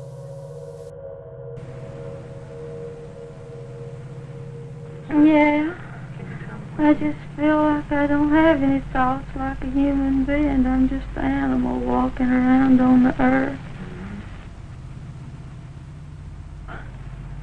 Please don't do me like this. Please don't. I can't stand it. I don't like to feel like this. That's right. That's right. That's right. That's right. That's right. Now look at that smile you got now. Why does that make me do that? I don't like to do that. You really told me off, remember? Hmm? I know I did, but I couldn't help it. In spite of all this, Heath's results were promising, at least to the intelligence community anyway. A 1954 volume published through Harvard Press with funding from the Commonwealth Fund, later revealed as a CIA cutout, included details about Heath's research presented at a symposium which attracted participation from other notables in the field. That same year, Dr. Heath was invited to Edgewood Arsenal, where he was the keynote speaker at an Army Chemical Corps event and discussed the progression of his work with electrical stimulation and recording in the brain of man. Perhaps not so coincidentally, Tulane University reportedly signed off on a facility security clearance for Heath's entire department afterwards. Other Army experiments continued on mental patients around the country. Work done at the Tulane Medical Center in New Orleans involved several drugs, hallucinogenics, and electrodes implanted in the brain. FOIA documents would later reveal that Heath also took a CIA contract in 1955 to study the effects of the drug bulbocapnine, allegedly being tested by the Soviets to induce stupor and break willpower. For his test subjects, Heath pulled a couple of otherwise healthy prisoners from Angola. The bulk of Dr. Heath's work and of the resources of Tulane Medical School were not just focused on the testing of drugs, but the altering of human behavior. This took on a decided focus with Dr. Heath's obsession over the septal area, a rather pliable part of the limbic system near the amygdala, where he believed schizophrenics may have had an imbalance, and where he found excitatory pleasure and inhibitory pain could be systematically elicited on an electrode's command. Now, as a patient at a New Orleans hospital, he has had electrodes implanted deep within his brain for a year and a half. In that time, he has been given a new personality. Dr. Heath paralleled in the human mind the old concept of the self-stimulating rat, in some cases turning over the control to his electrode-implanted mental patients. Dr. Heath inserted electrodes in the region of her brain he thought might be associated with pleasure. Who quickly learned that they could mitigate pain or induce a deep-seated pleasure or even sexual arousal with the push of a button. Find this button there. That's number 2 button. Most pleasurable. Mm-hmm. How do you feel? You're trying to tell me how it excites you, is that it? Oh, I think it's somewhat of a sexy button. Down long Louisiana roads, boiling hot in the summer heat. On the path to remote mental wards and prisons, the ethical dilemmas were beyond blatant. Hospital administrators and wardens proved all too willing to give access for human experimentation that would have been unacceptable not just under the Nuremberg codes, but standard American practice at the time. Dr. Heath also notoriously attempted to convert a homosexual man using brain stimulation to trigger his sexual centers in the presence of a female prostitute. Despite the highly publicized claim that he didn't want to be a spy, Dr. Heath was also attending symposiums on topics such as hallucinations, among many who would later be exposed as MK-Ultra subproject heads, including Dr. Maitland Baldwin of Subproject 62, Dr. Martin Orne of Subproject 84, and Dr. Louis Jolyon West of Subproject 43. There's no way that I can see that it could be abused or misused. The control is in his hands. But some people fear that the control won't stay in the patient's hands, that electrical stimulation could be used to manipulate people rather than to treat mental illness. By placing electrodes deep within the brain, investigators, including Dr. Jose Delgado of Yale University, have located precise regions that activate emotions such as fear and rage, and basic drives such as hunger and sex. Electrodes can carry currents into the brain and allow the scientists to control behavior. By the end of the 50s, the art of brain stimulation had advanced from long, conspicuous wire leads to more discreet remote control technology, and Delgado had virtually mastered an elaborate program of behavior modifications which he demonstrated in his monkeys. The motor cortex is probably like a large keyboard, able to play the strings of muscular contraction and to produce movements. In his Yale laboratory, Dr. Delgado has gone even further. By pushing a button, he controls life in a colony of monkeys. He can direct their behavior and change the neatly ordered structure of their society. Delgado could turn everything from emotions to actions on and off like a light switch. Flipping it on, Delgado could, for example, adjust the diameter of a monkey's pupil as if it were the iris of a camera, constricting one eye and dilating the other with great precision by varying signal strength sent to the hypothalamus. Anger, arousal, fear, or sleep could be dialed up just as easily. He called his device a stimoceiver. We are used to the idea that machines can be controlled from a distance by means of radio signals. Garage doors can be opened or closed. Channels and volume of a TV set can be adjusted from an armchair. Even orbiting capsules can be directed from tracking stations on Earth.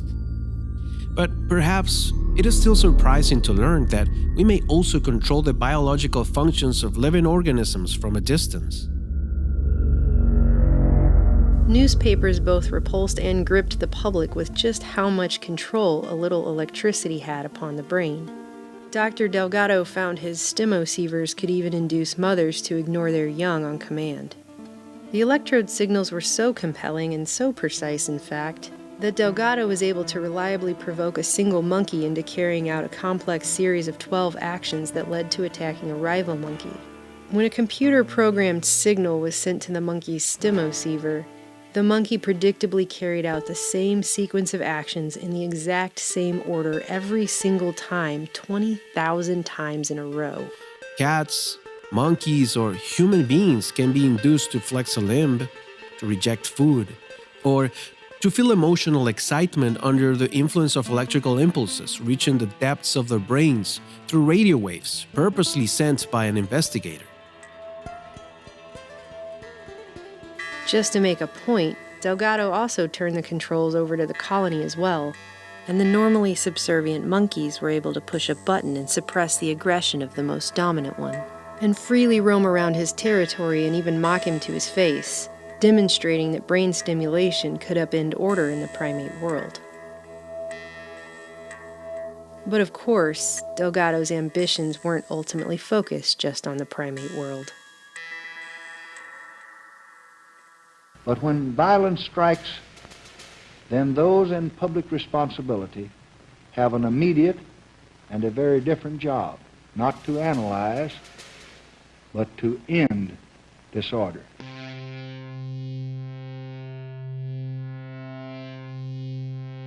$200 million Americans did not strike down Robert Kennedy last night, any more than they struck down President John F. Kennedy in 1963, or Dr. Martin Luther King in April of this year. But those awful events give us ample warning that in a climate of extremism, of contempt for the rights of others, of disrespect for law, violence may bring down the very best among us. A nation that tolerates violence in any form cannot expect to be able to confine it to just minor outbursts.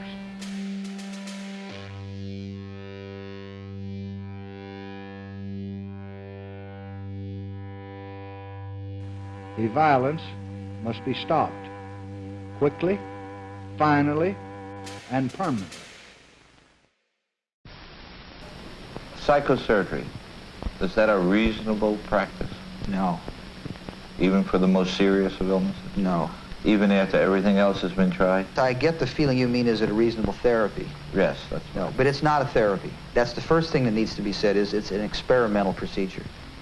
Now, if we recognize that it's experimental, then we would have to ask all your questions over again and say, is it a reasonable experiment? Is it a reasonable experiment? I would say it hasn't been conducted reasonably so far, and I don't see any signs that it's going to be. A reasonable, and I'm using the term reasonable to mean ethical, legal, and above board. That would imply, first of all and foremost, that the subject of the experiment is told that he's being experimented upon, and that isn't done. Working in conjunction with a team of doctors in Boston, Dr. Delgado experimented on neurological patients to develop a treatment to scientifically disarm violent behavior. Doctors Vernon Mark and Frank Irvin were emerging stars on the psychosurgery scene, with claims that ghetto rioters were just the beginning, that millions could be suffering from some ambiguous, undiagnosed brain disease and turn violent, despite the fact that the brain remained little understood in its complex, interrelated functions. Each patient wears a stimosiever, which receives a signal via radio that stimulates electrodes in the brain. Meanwhile, electrical signals of brain activity are sent back by telemetry, while the patient moves freely through the hospital ward. It can't be missed that this work was the logical progression of the CIA's MKUltra Subproject 94 for the, quote, continuation of investigations on the remote directional control of activities in selected species of animals through miniaturized stimulating electrode implants in specific brain center areas. During this time, Dr. Delgado's work was funded by the Office of Naval Research, which was later exposed as a conduit for covert funding for the CIA's MKUltra projects. Officially, however, the contractor who carried out this research is still unknown to this day. A FOIA request sent to the CIA for any information regarding contract work Delgado may have done for them was returned with a letter that the agency could neither confirm nor deny Dr. Delgado had ever worked for them. Behaviors such as aggression can be evoked or inhibited. Just as with primates and other animals, Doctors Delgado, Mark, and Irvin could hijack bodily functions and invoke some rather precise behaviors in their human patients, who, unlike their counterparts in the animal kingdom, could verbally describe what they were feeling and experiencing. There was a slight euphoria. The patients were definitely changed. Relaxed, enjoying themselves, frequently smiling, some laughing out loud. They wanted more. A female patient reported a pleasant tingling sensation in the left side of her body. Quote, from my face down to the bottom of my legs, unquote. She started giggling, openly expressed her fondness for the therapist, who was new to her, kissed his hands, and talked about her immense gratitude for what was being done for her. Repetition made the patient more flirtatious, until she openly expressed her desire to marry the therapist. Similar ESB response was generated in an 11-year-old boy who also reported fondness for the therapist, causing the child to state that he wished he was a girl instead of a boy. From about 200 other points, ESB produced unpleasant reactions including anxiety, sadness, depression, fear, and emotional outbursts. A female patient reported feeling threatened, that she thought something horrible was going to happen, a premonition of imminent disaster of unknown cause. Some patients said they just felt as if their minds were blank or as if they had been drinking a lot of beer. Still others were overcome by uncontrollable rage. Dr. Frank Irvin would later describe how one could sit with one's hand on the knob and control the level of the patient's anxiety. Now, can you tell me if there's any change at all? In one of our patients, stimulation through implanted electrodes evoked a flexion of the right hand. When the patient was warned of the oncoming stimulation and was asked to try to keep his fingers extended, he could not prevent the evoked movement, and said, I guess, doctor, that your electricity is stronger than my will. Curiously, many human patients, though aware of their treatments, were inclined to try and rationalize their actions when triggered by stimulation as though it were natural behavior. Electrical stimulation in one of our patients produced head turning and with a well-oriented sequence, as if the patient were looking for something. This stimulation was repeated 6 times over 2 days. The patient considered the evoked activity spontaneous and always offered a reasonable explanation for it. When asked, what are you doing? The answers were, I'm looking for my slippers. I heard a noise. I am restless. And I was looking under the bed. Using these electrodes to target specific points within the behavioral centers in the brain, which the doctors claim were contributing to a patient's violent behavior, they would deliver their treatment by destroying these points with microwave radiation in something of a micro-lobotomy, attempting to erase the capacity for these negative emotions altogether. A direct disciple of Dr. Robert Heath, Dr. Frank Irvin was a neurologist and psychiatrist who spent his formative years in the seedy New Orleans atmosphere of experimental brain research, before being appointed head of the Stanley Cobb Psychiatric Laboratories at the elite Massachusetts General Hospital. The methods of deep brain stimulation that Frank Ervin acquired under Heath would now be put to even more controversial use in attempting to eradicate human violence. Ervin's partner and co-author, Dr. Vernon Mark, an associate professor in neurosurgery at Harvard Medical, had been associated with Massachusetts General Hospital since 1949 and spent nearly a decade overseas at the height of the Cold War in a specialized neurological wing at a U.S. Air Force hospital in Germany, before coming home to be named director of neurosurgery at Boston City Hospital. Doctors Mark and Ervin worked in state-of-the-art facilities under the direction of Dr. William Sweet, a Harvard medical professor and chief neurosurgeon at Massachusetts General who, just like Dr. Wilder Penfield, was a Rhodes Scholar and studied under Sherrington at Oxford. Dr. William Sweet, co-inventor of proton emission therapy, had long been experimenting on patients with radiation at Mass General. Some of this work, including injecting 11 terminally ill and comatose patients with uranium, was classified under the auspices of the U.S. Atomic Energy Commission. The United States government actually did carry out on our citizens experiments involving radiation. While most of the tests were ethical by any standards, some were unethical, not only by today's standards, but by the standards of the time in which they were conducted. Allegations of patient abuse and disregard for informed consent were later pursued in court, but never quite caught up to the prestigious and highly connected Dr. Sweet. To give you a little idea of the mindset these men brought to the operating table, Dr. Mark pointed out, quote, "Moral values are social concerns, not medical ones in any presently recognized sense." And in an interview, Dr. Ervin told Mind Manipulators authors Alan Shefflin and Edward Opton that brain-damaged children and senile elderly people are sometimes, quote, monstrous little organisms, and the kind of violent patients he treated were, to most doctors, a pain in the ass. Dr. Ervin also noted about his work that, "We're not talking about being nicer to people.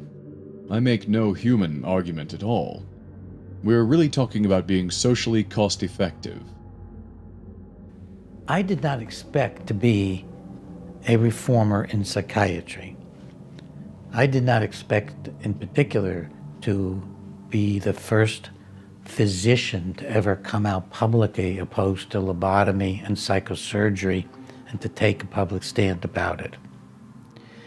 I realized that psychiatry was going in a very bad direction. I went into private practice and I expected to write novels, maybe books about psychology, and to help people being a therapist. I was just sitting there reading newspapers and I opened up a psychiatric newspaper, and in it I found an announcement of the Second International Conference of Psychosurgeons.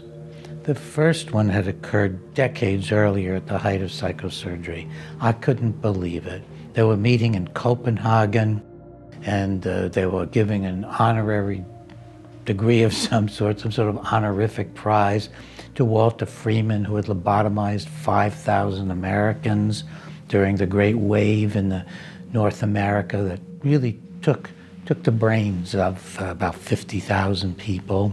Never opposed by anybody significantly in the medical field. I sent out requests to every single conference attendee that I could find. I finally got the agenda of the conference, and I asked them all who else did they know who was doing psychosurgery. I told them I was a young researcher at the Washington School of Psychiatry, where I have my office.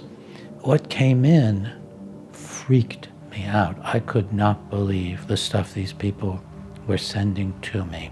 What I found that most upset me was that at the University of Mississippi in Jackson, a surgeon named O.J. Andy was operating on little children as young as age 3, 4, and 5 for hyperactivity, aggressivity, difficult behavior, without even pretending to have psychiatric diagnoses or serious disorders.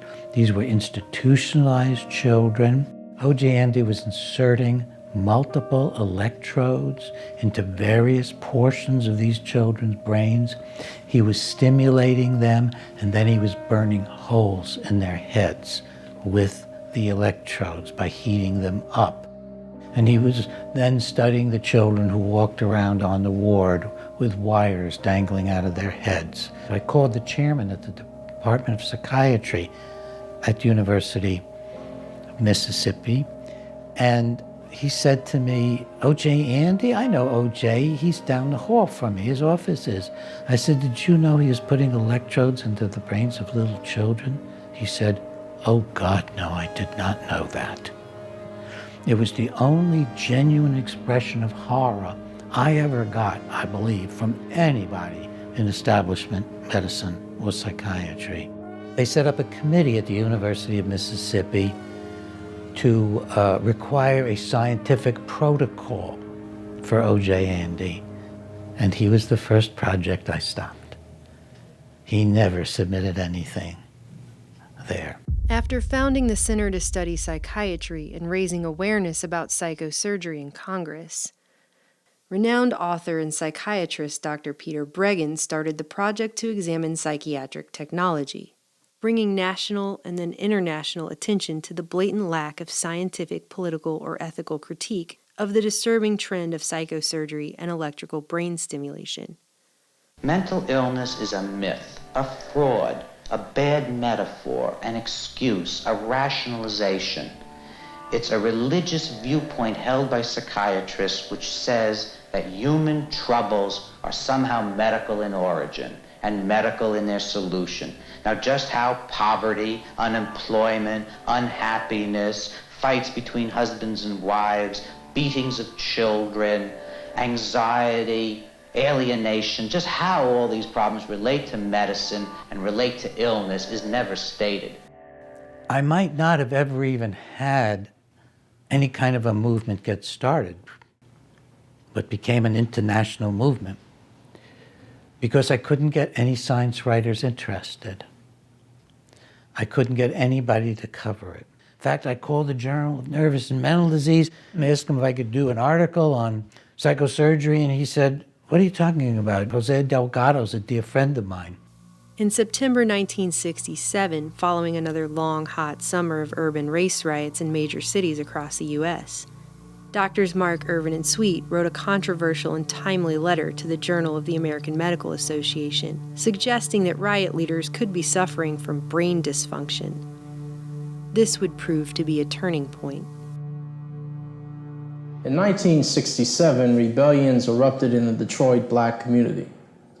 In a letter to the Journal of the American Medical Association, 3 neurosurgeons, Drs. Sweet, Irvin, and Mark, put forth a theory as to the cause of the violence in Detroit. They said in part, I quote, "There is evidence from several sources recently collected by the Neuro Research Foundation that brain dysfunction related to local lesions plays a significant role in the violent and assaultive behavior of thoroughly studied patients. Their idea was subtle but clear. The reason individuals were violent during rebellions was due to a brain dysfunction which they felt surgery could correct." Then I found, of course, the JAMA article where they talked about it at length, explaining how ghetto rioters must have abnormal brains because not everybody was rioting. So clearly, people who weren't rioting had normal brains, and the few who were leaders.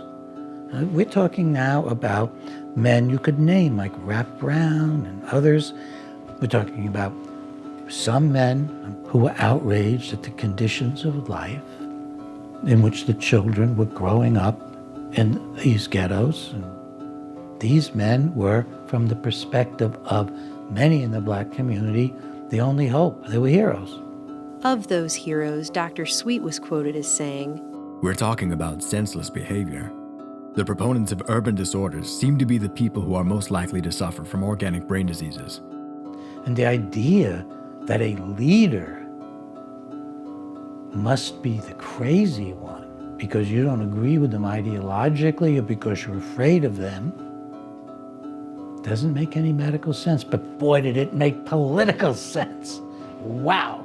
The kind of violence that we're talking about here, social unrest, among a population in a repressed community can only be seen as a kind of brain dysfunction by ignoring the legitimate causes of the behavior. And my reaction to the letter from which you quoted and to the whole idea of trying to deal with social violence as if it was something wrong inside of the people's heads who are violent is a way of refusing to look at the legitimate social causes of a very important and significant kind of behavior. To the extent that medical science has created this new, in quote, technology, there is the desire to use it, you see, and the most logical population to use it against are poor people, black people, and people who are incarcerated. The Boston doctors called for an extensive research project to identify the early warning signs of violent behavior and pinpoint, diagnose, and treat people in inner cities with what they termed low violence thresholds before they had actually committed any violent acts. And what do you know, but their JAMA letter just so happened to include specific language taken directly from the good doctor's own proposal for a brand new research project which aimed to do just that. I found out that William Sweet had actually talked to the New York State Legislature trying to get funding, describing how this surgery of stimulating brains and melting holes in the heads of people might be a cure for ghetto violence, because surely the leaders of the violence were abnormal and had abnormal brains that could be fixed with psychosurgery. The first phase of the Boston Violence Project was officially titled The Medical Epidemiology of Criminals. For it, Doctors Mark Irvin and Sweet had designed a 5-hour-long multi-phase screening process, which included 17 psychiatric and psychometric assessments, 5 hormonal assays, chromosomal, fingerprint, and dermatoglyphic analyses, an EEG, and what they called a cyber-medical evaluation. The doctors suggested these factors could somehow indicate which individuals were more prone to commit violent acts than others, singling them out for preventative neurological treatments before they could pose a danger to society. The project was seemingly the perfect cure to what was then being declared society's greatest illness. Right on cue, a vast, coordinated media campaign was underway to promote it to the public. Good evening. Violence is making fortresses of portions of our cities and dividing our people into armed camps. Grievances in the United States are more intense now than they've been at any time since the 1930s. There's crime, individual resort to force. Those who commit violence are basically no different from other people. Man from birth has a potential for violence, but the incidence of violence can be controlled and prevented by conscious changes in man's environment. Mark, Irvin, and Delgado were featured guests on many TV programs. And article after article filled the newspapers about their amazing new work. Is violence, then, as American as cherry pie? I believe that assertion was attributed to Rap Brown, was it not? That violence was as American as cherry pie. As an historian, I would observe there's a great deal of truth to that, unpleasant as it may be. Doctors Mark and Irvin declared that brain dysfunction was just as important a factor as poverty, unemployment, and substandard housing in provoking not just urban riots, but social protests, fully politicizing what was defined as violence. In June 1968, it all came to a head. Robert F. Kennedy was assassinated, and during his speech that evening responding to the tragedy, I am appointing, with the recommendation of the leadership of the Congress, with whom I have talked this evening, a commission of most distinguished Americans to immediately examine this tragic phenomenon. President Johnson announced the creation of the National Commission on the Causes and Prevention of Violence. Doctors Delgado and Irvin would later turn up as consultants on commission staff reports. President Johnson created the National Commission on the Causes and Prevention of Violence. Today, a task force of that commission released its first findings, concluding that Americans have become a rather bloody-minded people. Concludes that Americans always have been a violent people. Americans have always been a violent people, according to the Commission, so much so in the 1960s that the Commission ranks the United States first among 17 Western countries in total magnitude of strife. Just 2 weeks later, The Omnibus Crime Control and Safe Streets Act of 1968 was rushed through Congress, creating the Law Enforcement Assistance Administration, which would fund hundreds of controversial, coercive, and even downright Orwellian behavior modification projects in the years to come. Then joined in the Justice Department. At the time, there was a notorious section called LEAA. They joined in the funding in a collaborative effort between the U.S. Justice Department and the National Institute of Mental Health. I mean, this was, for me, eye-popping. But it labels as unprecedented the scope and magnitude of anti-war protest, campus unrest, and what it called the chilling recent contagion of political murders of national leaders. Violence in this progress report cannot be eliminated, but can be better controlled, and that, it says, is an urgent imperative. The medical epidemiology of criminals, however, was simply the screening stage for a larger Boston violence project that Drs. Mark, Irvin, and Sweet couldn't seem to get approved. It was rejected by Harvard's Institutional Review Board. Massachusetts General's Committee turned it down on both scientific and ethical grounds. And even an ad hoc committee put together outside of MGH unanimously rejected it.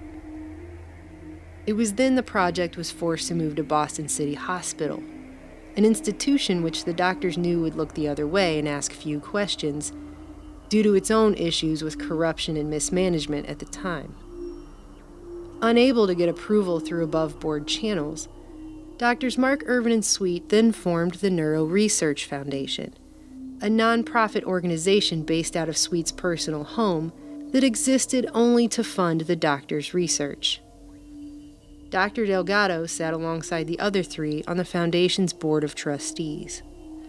This new foundation would enable the doctors to essentially handpick their own medical ethics review panel, thus circumventing the standard safeguards for human experimentation. See how that works? With no one else to stand in their way, and a positive report on behalf of the Neuro Research Foundation, the Department of Health, Education, and Welfare would finally approve the Boston project, and NIMH and the LEAA would fund it. 2 days after that crime bill was passed that would fund their work, Life magazine featured the psychobiology of violence on its cover, another story lauding the work of Drs. Mark, Irvin, Sweet, and Delgado. In it, the public was brought face to face with contrasting photos of monkeys with surgically implanted wires sticking out of their heads having their rage dialed up in Delgado's lab, and 20-year-old Julia S., a young woman prone to emotional outbursts decked out in head bandages frantically slamming herself into a wall under the influence of brain stimulation, just like those monkeys, illustrating that man and animals were little more than biological machines to be controlled and tamed with technology. In fact, in one of Delgado's publications, he didn't mince words when he referred to his experimental animals as mechanical toys under his command. The demure Julia was now the poster child of the hidden rage that could be lurking in any human being, but also of violent tendencies successfully located and cured by remote brain stimulation and psychosurgery. In reality, Mark and Irvin's treatment left Julia permanently brain damaged. At the same time, the New York Times was advertising her as a great success story, with claims that she had 0 uncontrollable rage fits since her second brain operation, was back at home and even singing in a church choir. Dr. Mark was forced to admit to a Boston reporter that Julia was actually in an institution, where she would likely remain for the rest of her life. Despite this glaring inconsistency, one after the other, Dr. Jose Delgado and Drs. Mark and Irvin published books to garner wider public and financial support for their work. Delgado's 1969 book, Physical Control of the Mind, Toward a Psycho-Civilized Society, spells out in graphic, controversial detail exactly what the aim of such technology ultimately is: behavior modification and control at a society-wide level. The technology for destruction has now placed at the disposal of man a vast arsenal of ingenious weapons which facilitate all forms of violence, including crimes against property, assassinations, riots, and wars, threatening not only individual life and national stability, but the very existence of civilization. The New York Times promoted Delgado's book with the headline, "What kind of humans would we like to construct?" Is it feasible to induce a robot-like performance in animals and man by pushing the buttons of a cerebral radio stimulator? Could drives, desires, and thoughts be placed under the artificial command of electronics? Can personality be influenced by ESB? Can the mind be physically controlled? Meanwhile, headlines in newspapers all across the nation warned Americans that the United States was so overrun with violence. Unless some type of massive, widespread political and social reform was undertaken immediately, America was on track to become a nation of garrison cities where, quote, "order is enforced without due process of law and without consent of the governed." The following year, Mark and Irvin published Violence in the Brain. In a spectacular act of self-aggrandizement, the doctors dedicated the book to themselves, writing, "This book is dedicated to the Neuro Research Foundation of Boston, whose goals for the early diagnosis and proper treatment of the violent patient parallel our own." In the book's foreword, Dr. Sweet essentially agreed with Delgado, writing, "Our project holds out the hope that knowledge gained about emotional brain function in violent persons with brain disease can be applied to combat the violence-triggering mechanisms in the brains of the non-diseased. In essence, everybody else." Violence in the Brain. Vernon Mark, neurosurgeon at Boston City. Frank Irvin, psychiatrist at Harvard. William Sweet, this powerful neurosurgeon during the introduction. And the book is about a man at the time called Thomas R. Thomas was a brilliant engineer with patents who was terribly violent and who, after the surgery, was now completely cured without any symptoms. And the surgery consisted of putting multiple electrodes in his brain, stimulating him, even stimulating him while he walked around the ward, then burning out parts of his brain. No patient was more highly publicized as a success of Mark and Irvin's new techniques than Thomas R., whose real name was Leonard Kyle, their star patient who, according to their book, was diagnosed as suffering from temporal lobe epilepsy and prone to uncontrollable rages that the doctors were only able to subdue through remote brain stimulation and a bilateral amygdalectomy, which destroyed portions of his brain closely connected to emotional behavior. Well, I knew this was a lie. I didn't realize how huge it was going to turn out to be. So I began to get a hold of every single thing I could find that they had written. I was able to put together that at the point they wrote in Violence in the Brain that he'd been cured forever, he'd been just discharged from the hospital. It wasn't a follow-up at all. In fact, Leonard Kyle's story was the backbone of Michael Crichton's novel-turned-Hollywood film The Terminal Man, the inspiration for which came from Crichton's time on the ward in residency as a student of Dr. Vernon Mark.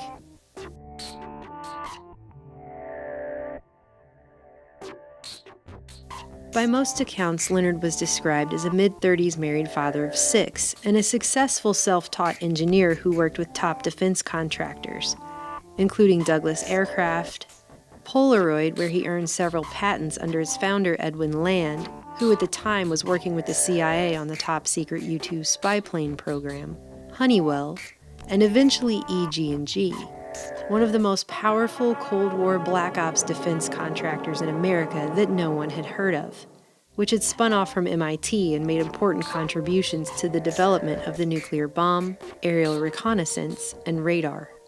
But in their book Violence in the Brain, Doctors Mark and Irvin painted Leonard as an impulsive man with a violent streak who was prone to road rages and spousal and child abuse, a man who would sometimes pick up and slam his pregnant wife and even his children into walls. Although described as typically courteous, quiet, and reserved, Mark and Irvin insinuated temporal lobe disease led to Leonard's sudden violent rages, and the doctors went so far as to describe him as, at times, frankly psychotic, suffering periods of confusion, delusions, and hallucinations. The supposed focus of Leonard's anger and marital disputes centered upon what were depicted as paranoid suspicions his wife was cheating on him with a tenant who was renting a room in their home. And his wife had been the one to refer him to treatment. And the treatment people had referred him to Mark Irvin and Sweet, who had all this equipment and no patient. And it had gone through the VA. They'd taken him right off the VA wards. There's power of these people. Leonard's medical records, however, showed no evidence of temporal lobe disease. In fact, outside of mild depression, Leonard's records showed no evidence of paranoid delusions or any psychotic symptomology at all. The VA records showed him to be entirely normal. His brain waves were normal. He was normal. There's nothing really in the record that shows anything serious. And then they took him and put him in their project.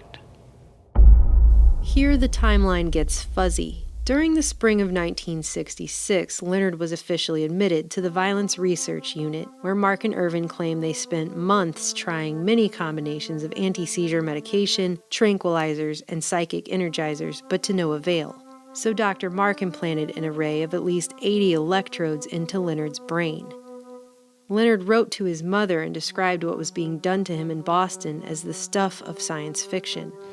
During my conversations with Helen Dykes, his mother, she brought me a telegram. These are the days of telegram from Vernon Mark.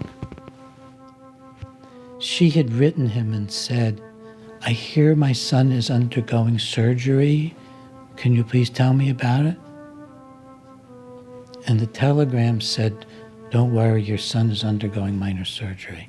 We had it in print. The doctors outfitted Leonard with one of Dr. Delgado's stimocievers, which sent a steady stream of telemetered EEG data analyzed by computer for an impending violent episode. Then the computer would decide when to remotely stimulate Leonard based on the data. The doctors note that Leonard was a landmark for them. It was the first time they were able to demonstrate that systems in the limbic brain both start and stop attack behavior in man. Then I found a very obscure article by these men, maybe so obscure they didn't expect anybody would find it, and it said that he'd become psychotic while they were stimulating him. And it described how he was saying, "I don't want this anymore, I don't want this anymore." Egregious lack of consent aside, now they had a remote trigger for human aggression, a type of activation of a human being by remote electronic means. Just like one of the major goals of the CIA's MKUltra subproject 119. They would just toy with his brain. They would toy with it while he was walking around, and he didn't know it was turned on, so he didn't even know what was happening to him.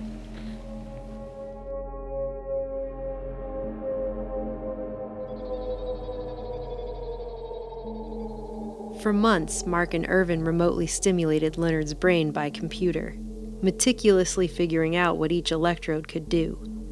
Some made him feel like he was losing control, others like he was floating on a cloud. It was during this stimulation-induced relaxation that the doctors suggested making destructive lesions in the medial portion of both of Leonard's amygdalas. While under the influence of stimulation, Leonard agreed to the surgery. Even Mark and Irvin admit in their book that after the stimulation wore off, the idea of anyone's making a destructive lesion in his brain enraged him, and it took many weeks of patient explanation before Leonard finally accepted the idea of bilateral lesions.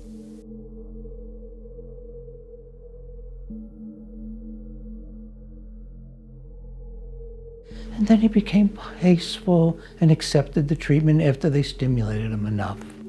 This is key, folks. Passivity, docility, obedience is key to this entire process. Leonard's wife was also brought in and supposedly threatened to leave him if he didn't consent to the treatment. Leonard believed that his wife was having an affair. Leonard's wife denied it and sent him to her psychiatrist. Leonard had been in conflict with his wife, but he'd done nothing more serious than one sort of violent event, not a nice thing. He threw a can at his wife of food and didn't hit her. That was the only fact I could find in the records that remotely resembled violence, and it was reported by his wife. Despite eventually going through with it, Leonard's wife not only filed for divorce while Leonard was still in the hospital, she eventually remarried to the very tenant Leonard had been worried was having an affair with his wife all along. After a series of lesions were burned into his brain via passing high-frequency microwave currents through his electrodes, Leonard was finally discharged in August 1967 after more than a year in the hospital, a year that would change the course of his life forever.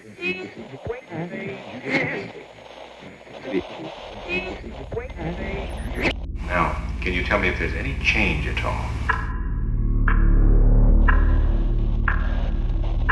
Now, can you tell me if there's any change at all?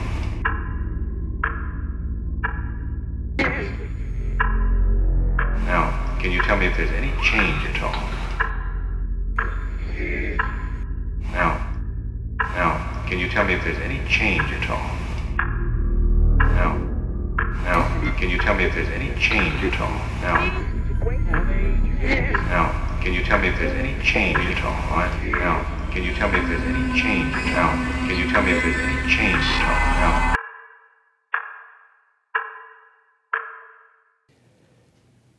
One of the big breakthroughs was when I was on the air talking about Thomas R., whom I also saw at one point had also been called Leonard K. Apparently somebody heard me on the radio and called Leonard's mother. And I got a letter from Leonard's mother, and it said, "Now I understand. I knew they turned my son into a vegetable," she used that word, "but now I see what it was, what they were doing to him.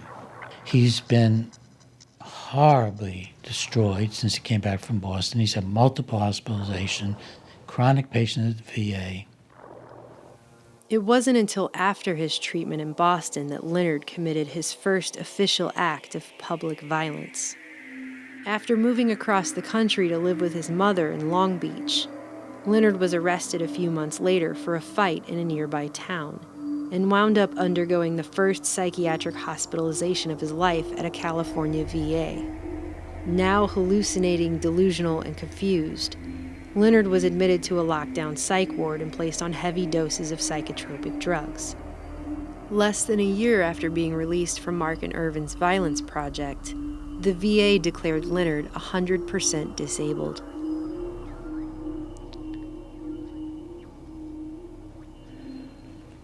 I flew out to California and I met Leonard. This man who was written up, Violence in the Brain is a Cure Without Side Effects, cured of his violence, who was the star of the story by Crichton called Terminal Man, as sort of the miracles of psychosurgery, except it went awry electronically. This man was on weekend leave at his mother's house. He was lying in bed, and his head was covered with a tent of newspapers. He was in terror. He said, "Doctors from Boston are trying to get my brain." He said, "I'm the most intelligent person in the world. I have an IQ of hundreds, and they're trying to get my brain." While it is impossible to know what Leonard was really involved in here, it is worth noting that he claimed the experiment he endured specifically involved hooking geniuses up to IBM machines. It was a post-traumatic brain injury psychosis. Terrorized. Leonard went from brilliant engineer and gainfully employed husband and father of 6 to a patently deranged, chronically hospitalized, sometimes violent psych ward patient after his treatment in Boston.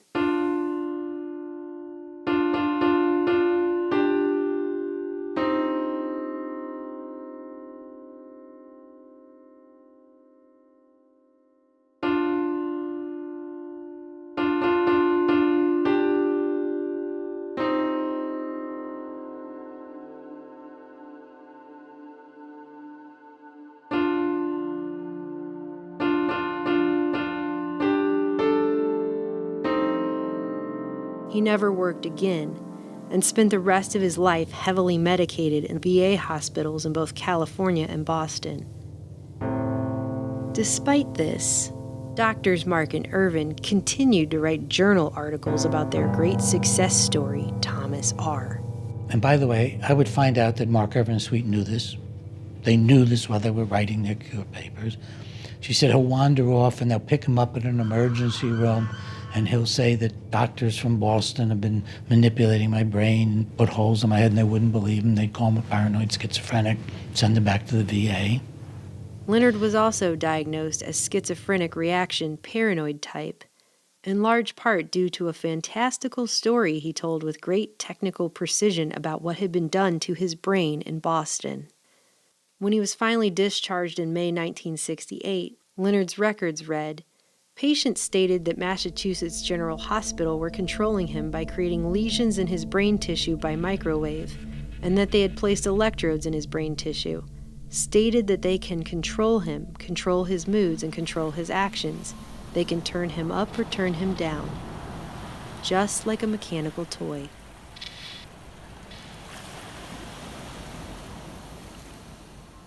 I said, I want to get his records.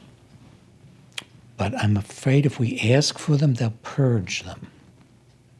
I went back to Boston with a letter that I was to obtain a complete copy of Leonard Kyle's records. And I called Boston City Hospital. And they said, we have no such record. It's in Dr. Mark's private office. Isn't that interesting? I called Dr. Mark's office. And I said, I'm at a telephone booth with a reporter. I gave him the name.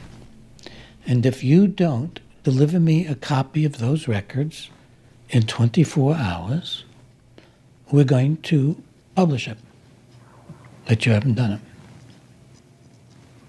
And I'd had awfully good coverage in Boston, and I got the records. In those records, I found things like,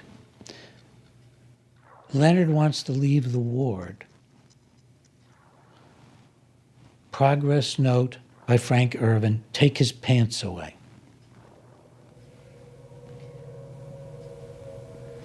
I was looking in on the life of a man who'd been as violently abused as any horrendous sexual, emotional, physical abuse.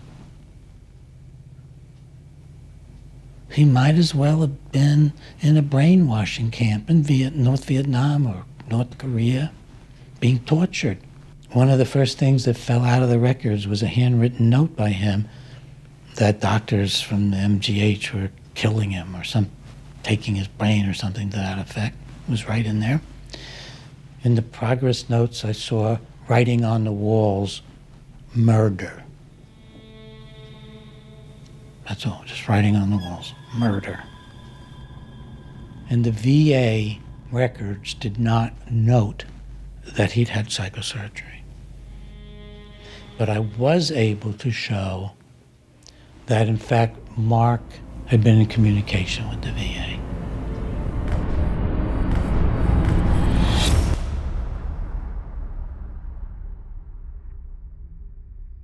Meanwhile, as the American public was being sold this treatment as a potential cure for violence, when you look over other civilizations that were once center stage in the world and now are some of them just footnotes, it wasn't because the barbarians came in and destroyed them. It was because they fell because of their failure internally to do that which had to be done and do it in time. this track of technologically driven brain research was more than just the next logical step in medicine. Decades of work was converging on the threshold of a vast, far-reaching covert agenda finally being realized: the activation of man.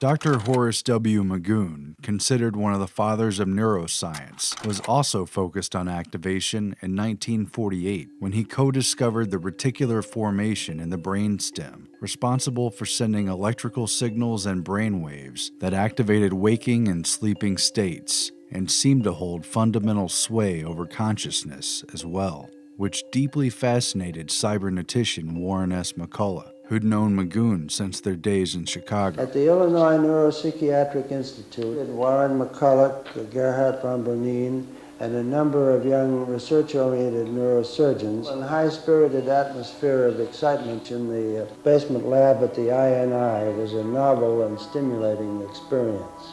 An eager McCullough invited Magoon's closest associate, Donald B. Lindsley, a psychologist and neurophysiologist, to the Macy's cybernetics meetings back in 1949. The following year, Drs. Horace Magoon and Donald B. Lindsley, along with Dr. John French, assembled a powerful team based out of the neurological wing of the Long Beach, California VA hospital. The Bob Hope Show, transcribed direct from the Veterans Administration Hospital at Long Beach, California. Curiously, the same one Leonard Kyle would be treated at in the aftermath of his participation in Mark and Irvin's experiment in Boston.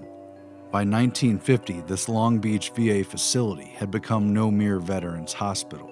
Under Magoon, Lindsley, and French, it had become the premier neurophysiological lab of its day, a brain research mecca tied to UCLA's medical center that attracted leading scientists from around the world. By the 1960s, this cutting-edge facility boasted more than 60 patient beds set aside solely for neurological research, with hundreds more for psychiatric and mental patients. And experimentation carried out there on veterans involved deep brain microelectrodes, as well as computers programmed to analyze brainwave frequencies.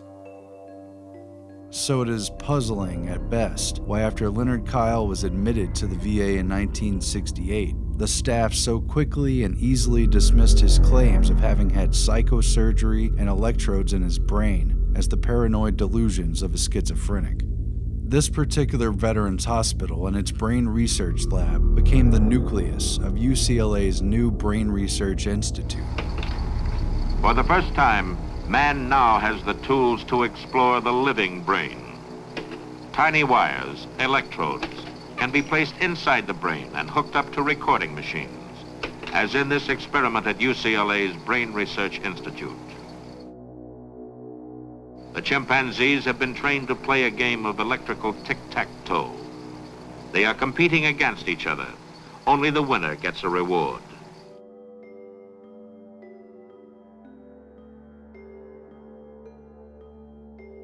"5 years after MKUltra had officially begun, a special Macy's conference was formed in 1958 to exchange information on the central nervous system and behavior, chaired by Dr. Horace Magoon and facilitated by Macy's Foundation Medical Director and Massachusetts General Neurologist Frank Fremont Smith.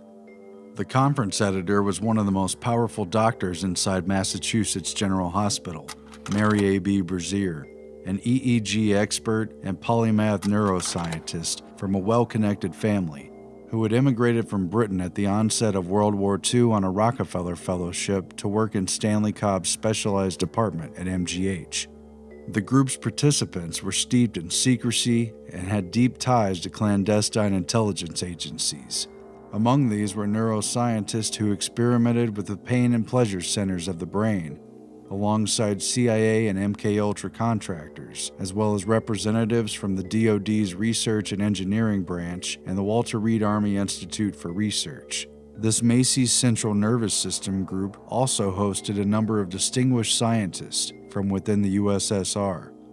This series of conferences served as a springboard for the Moscow Colloquium on Higher Nervous Activity, a significant moment at which American scientists contracting with defense agencies worked with, rather than against, the Soviets during what was supposedly the height of the Cold War. Why is it that everything the other side says is propaganda while we call what we say information? With backing from the Rockefeller Foundation, the Macy's Foundation, and the National Science Foundation, Mary Brazier and Horace Magoon would lead a small delegation of Americans to Moscow in October of that same year, at a time when such travel was otherwise heavily restricted and rare, to convene with the ideological successors of Pavlov, who were working on the, quote, mechanization of the central nervous system. For years, Stalin had forbid cybernetics in the Soviet sphere, despite its origins in the physiological labs where Pavlov studied his dogs. However, Stalin's conspicuous death in March of 1953, just 1 month before the official start of MKUltra, had opened the door to both Soviet and world cybernetics. Declassified documentation has revealed that indeed, Dr. Mary Brazier had a close relationship with the CIA, and that her liaison was on an intimate first name and even nickname basis with both her and Horace Tid Magoon. Additionally, it was revealed that the CIA had also directly sponsored at least part of the Macy's Central Nervous System meetings. 1958 proved to be a pivotal year, but one more meeting was necessary to set the stage for the activated man. In June, Boston was host to the Sensory Deprivation Symposium, drawing together an elite cadre of cyberneticians, neurologists, and CIA MKUltra contractors to coordinate the next decade of clandestine brain research. The event was jointly sponsored by Harvard Medical School, Boston City Hospital, and the Office of Naval Research.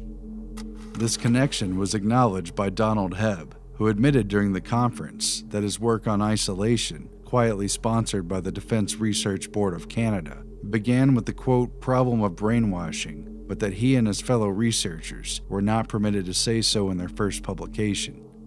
Hebb had been invited by the Macy's and Rockefeller Foundation-funded Dr. Stanley Cobb, who presided over the symposium, and praised Dr. Hebb's, quote, courageous experiments on sensory deprivation, as well as his, quote, ingenious ideas on studying perception in human beings through isolation techniques. Attending this symposium was a familiar cast of characters, including a key unit of cyberneticians, Norbert Wiener, Warren McCullough, W. Gray Walter, and Lawrence Kuby, alongside UCLA Brain Research Institute's Horace Magoon, Donald Lindsley, and Mary Brazier, who was transferring to UCLA's Brain Research Institute, as well as MKUltra contractor Dr. Louis Jolyon West, who was about to lead the UCLA Neuropsychiatric Institute. Also attending was a young Dr. Frank Irvin, who had recently transferred from Tulane working with Dr. Heath to take over the Stanley Cobb Chair of Psychiatry at Massachusetts General.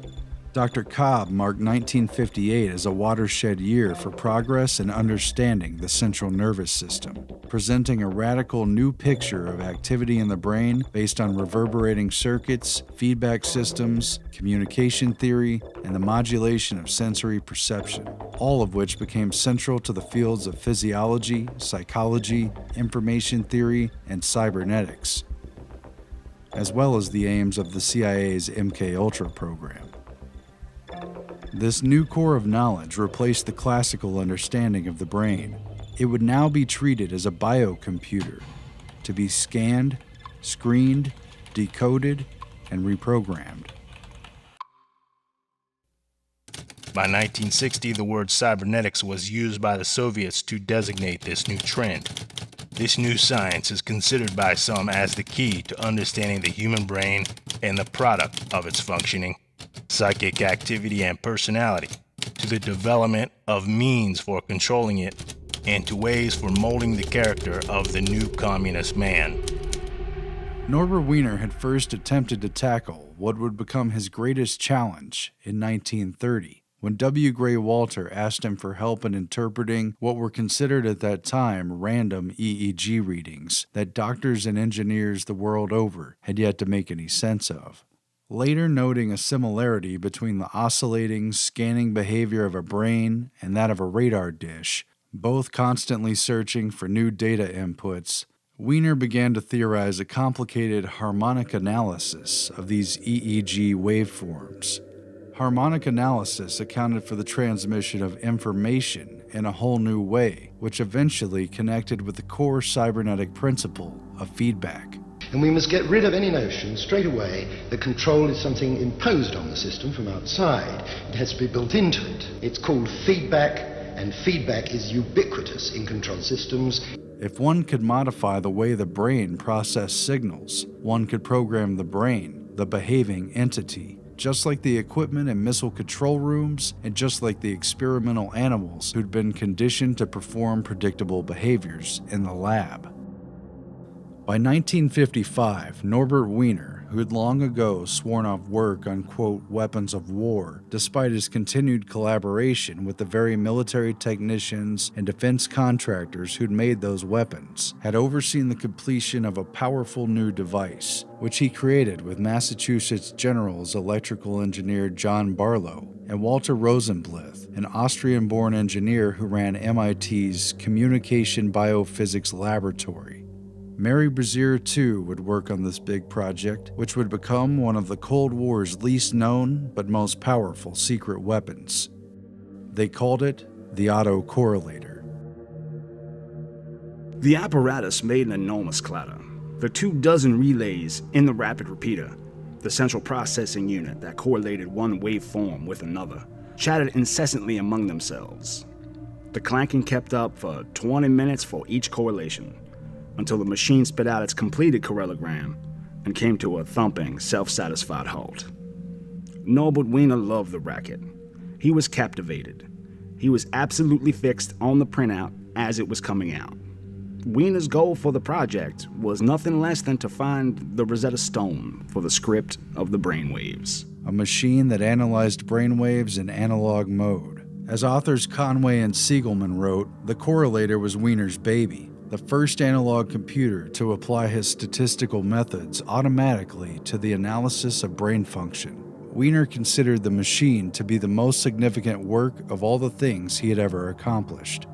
It took Norbert Wiener 25 years to crack the code of EEGs. It was the culmination of cybernetic research that he and Arturo Rosenbluth had begun on automata and feedback more than a decade earlier, leading up to the first Macy's Cybernetics meeting on cerebral inhibition in 1942. In cybernetic terms, EEG represented the first known language, which was not symbolic, but rather communicated directly and powerfully in its expression.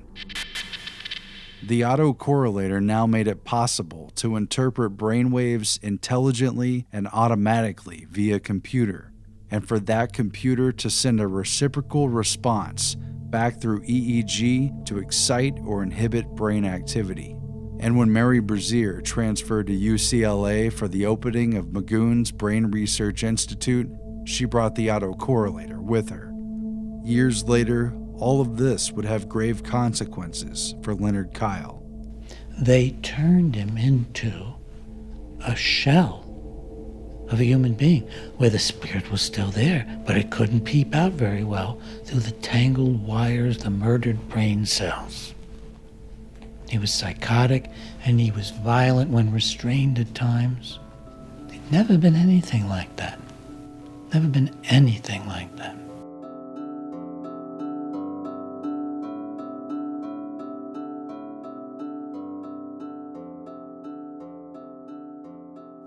The Boston Violence Project continued with funding through the NIH and the LEAA. Dr. William Sweet was so powerful and had friends in such high places that in 1971 he was able to directly petition Congress for funds for their violence study, bypassing the ordinary process. The project, unlike your average scientific and medical proposals of the day, was aided by an organized political campaign to garner congressional support run by one of Washington's top lobbyists. These guys went to Congress. They got a direct science grant from Congress. Congress doesn't give grants for scientific research. They came out with $500,000. They gave it to NIMH, completely bypassed all the review processes of NIH, and said, you give it to Mark, Irvin, and Sweet for their research. This is how high up the chain this project truly went. All of this despite the fact that brain lesions such as Leonard's were well known for years to cause something called Kluver-Bucy syndrome. In 1939, psychologist and mescaline researcher Heinrich Kluver, a core member of the Macy's cybernetics group, and his colleague neurosurgeon Paul Bucy observed that monkeys who received bilateral temporolimbic lesions fell victim to a multitude of permanent behavioral effects, including everything from docility to psychic blindness, or the inability to appropriately recognize the emotional importance of events, such as the ability to feel fear. The same effects were produced when lesions were burned into the amygdala as well. So now I found myself looking at what looked like one of the worst, most egregious, involuntary, brutal experiments ever reported in the medical literature, and nobody but me that I could find anywhere seemed to be bothered by it. One unlikely source of concern came in the form of neurologist Dr. Ernst Rodin, who visited the Boston group after reading Violence in the Brain, hoping to gain information he could apply to a similar experiment he planned to run on violent sex offenders out of the Lafayette Clinic in Detroit. Dr. Rodin came away with a very different picture of what was actually going on in Boston than what was reported in Mark and Irvin's book. The nursing staff informed him that, despite supposedly being a project about the treatment of violent criminals, none of the 35 patients in Mark and Irvin's initial study were violent criminals, or even truly violent people. Dr. Ira Sherwin, the Boston Project's head neurologist, concurred with the nurses and stated that he was not aware of any genuinely successful cases, including Julia S. and Thomas R. Of Violence in the Brain and Mark and Irvin's research, Dr. Rodin concluded, "We have been misled." Maybe now is a good time to mention that, just like Drs. Heath and Delgado, a FOIA request to the CIA regarding any contract work done by Drs. Mark, Irvin, or Sweet for the agency was returned with a statement that the agency could neither confirm nor deny that the men had ever worked for them. So we have these American surgeons, some of the most famous in the country, getting funding from a combination of NIMH and the Justice. Can you imagine anything more totalitarian than putting psychiatry and justice together? By 1972, internal LEAA memos show that the agency decided not to renew Mark, Irvin, and Sweet's funding, due to, among other things, the fact that they discovered Dr. Irvin was vacating the Boston Project without informing the LEAA to take up a new position at UCLA, in addition to evidence of the misuse of federal funds, including the fact that Irvin had used grant money to purchase equipment from a firm in which he was the major stockholder. The agency also noted that despite being proposed as the entire point of their research, the present proposal contains no attempt to develop treatment or follow-up procedures for the patients involved. Because, as it should be glaringly obvious by now, that is not what this was ever about.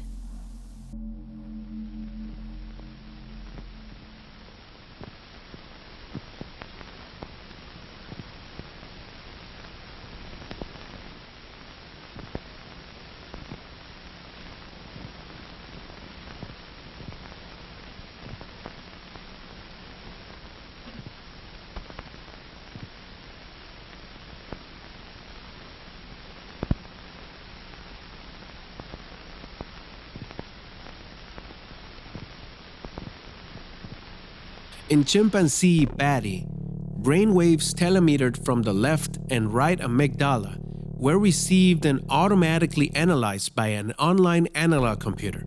This instrument was instructed to recognize a specific pattern of waves. The computer was also instructed to activate a stimulator. Each time the waves appeared, radio signals were sent to Patty's brain to stimulate a point known to have negative reinforcing properties. Electrical stimulation of one cerebral structure was contingent upon specific EEG patterns in another area of the brain, and the whole process of identification of information and command of action was decided by the online computer. In this process, Patty's very capacity for carrying out certain behaviors was drastically and rapidly altered through a very sophisticated form of computer-driven conditioning, which continued until the offending brain activity was no longer physically possible. 2 hours after the brain-to-computer feedback was established, activity in the amygdaloid nucleus was reduced to 50%. 6 days later, with daily 2-hour periods of feedback, drastically reduced to only 1% of normal occurrence. The experiment showed how brainwaves could be singled out and virtually eradicated. Using the autocorrelator, EEG expression was filtered, altered, and domesticated.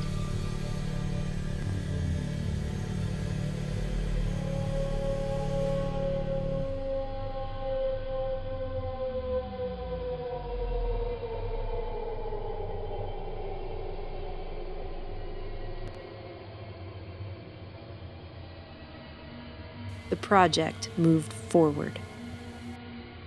Does it tamper with minds? But no matter what the cost, the American people are prepared to pay the price of victory. Telling the people to accept these monstrous treatments that do nothing but destroy brain tissue and dehumanize people. Let us march toward the clean world our hands can make. Does it tamper with minds? Does it tamper with minds? And if so, does anyone have the right to do that?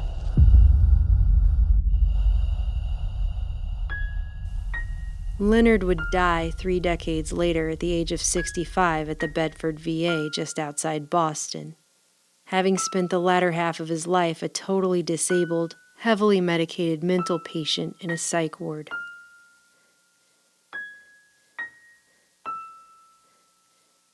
Despite having completely ruined a man's life after mutilating his brain, Doctors Mark and Irvin continued to publish success stories about Leonard's case up until at least 1975.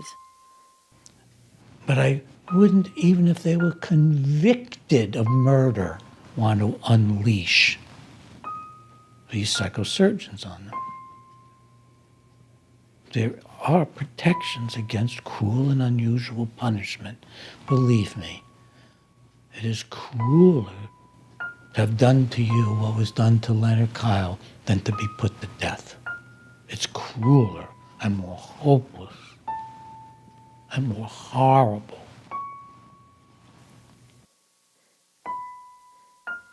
In May 1972, Dr. William Sweet again personally approached the Senate Labor and Health, Education, and Welfare Appropriations Committee for more money.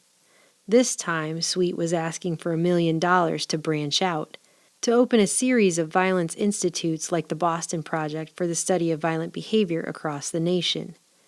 Sweet stated on the record that his appearance before Congress was on behalf of not just himself and colleagues at Harvard and MGH, including Dr. Vernon Mark, but also the Brain Research Institute of UCLA, in addition to UCLA's Neuropsychiatric Institute, under the medical direction of Dr. Louis Jolyon West.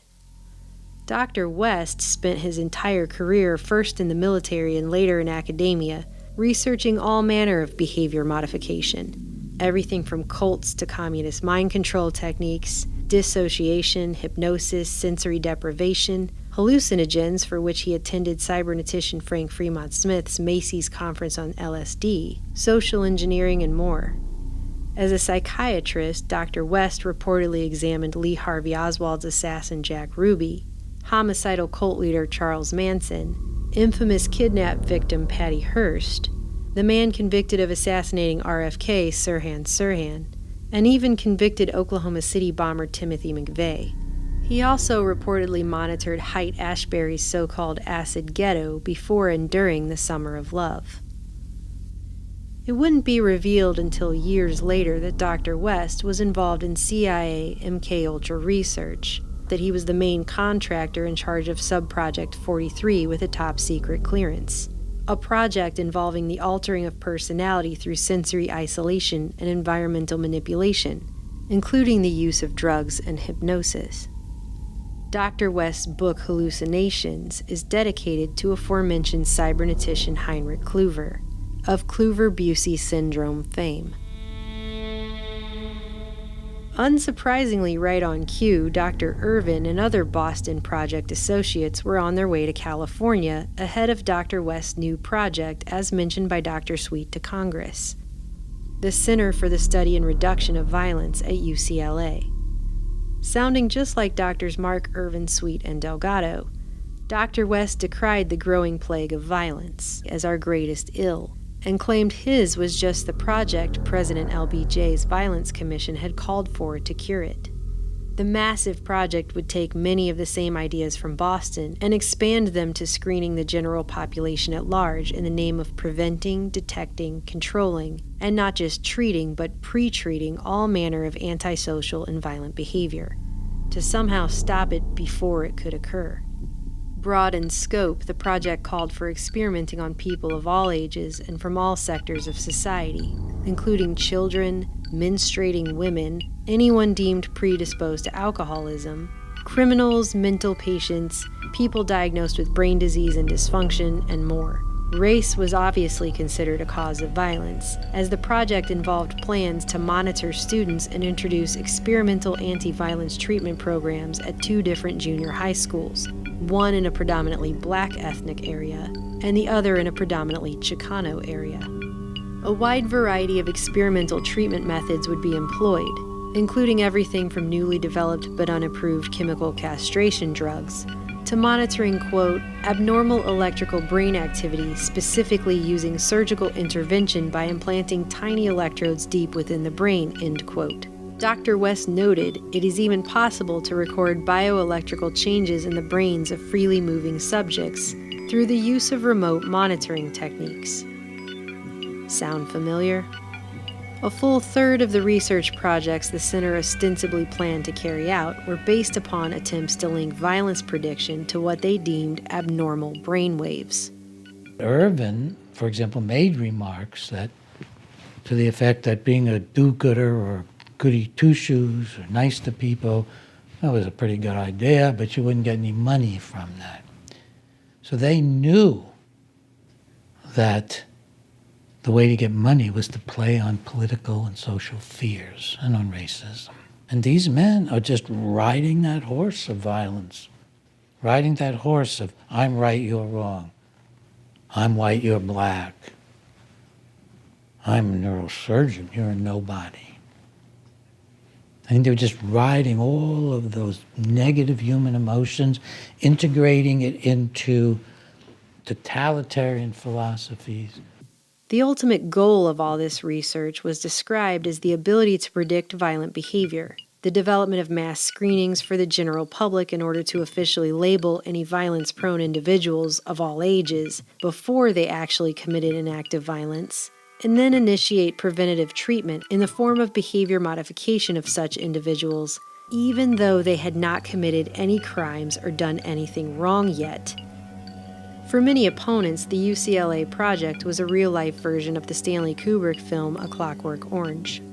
The center was described in a congressional hearing as a laboratory for the Department of Corrections and law enforcement officials with the diaphanous veneer of UCLA.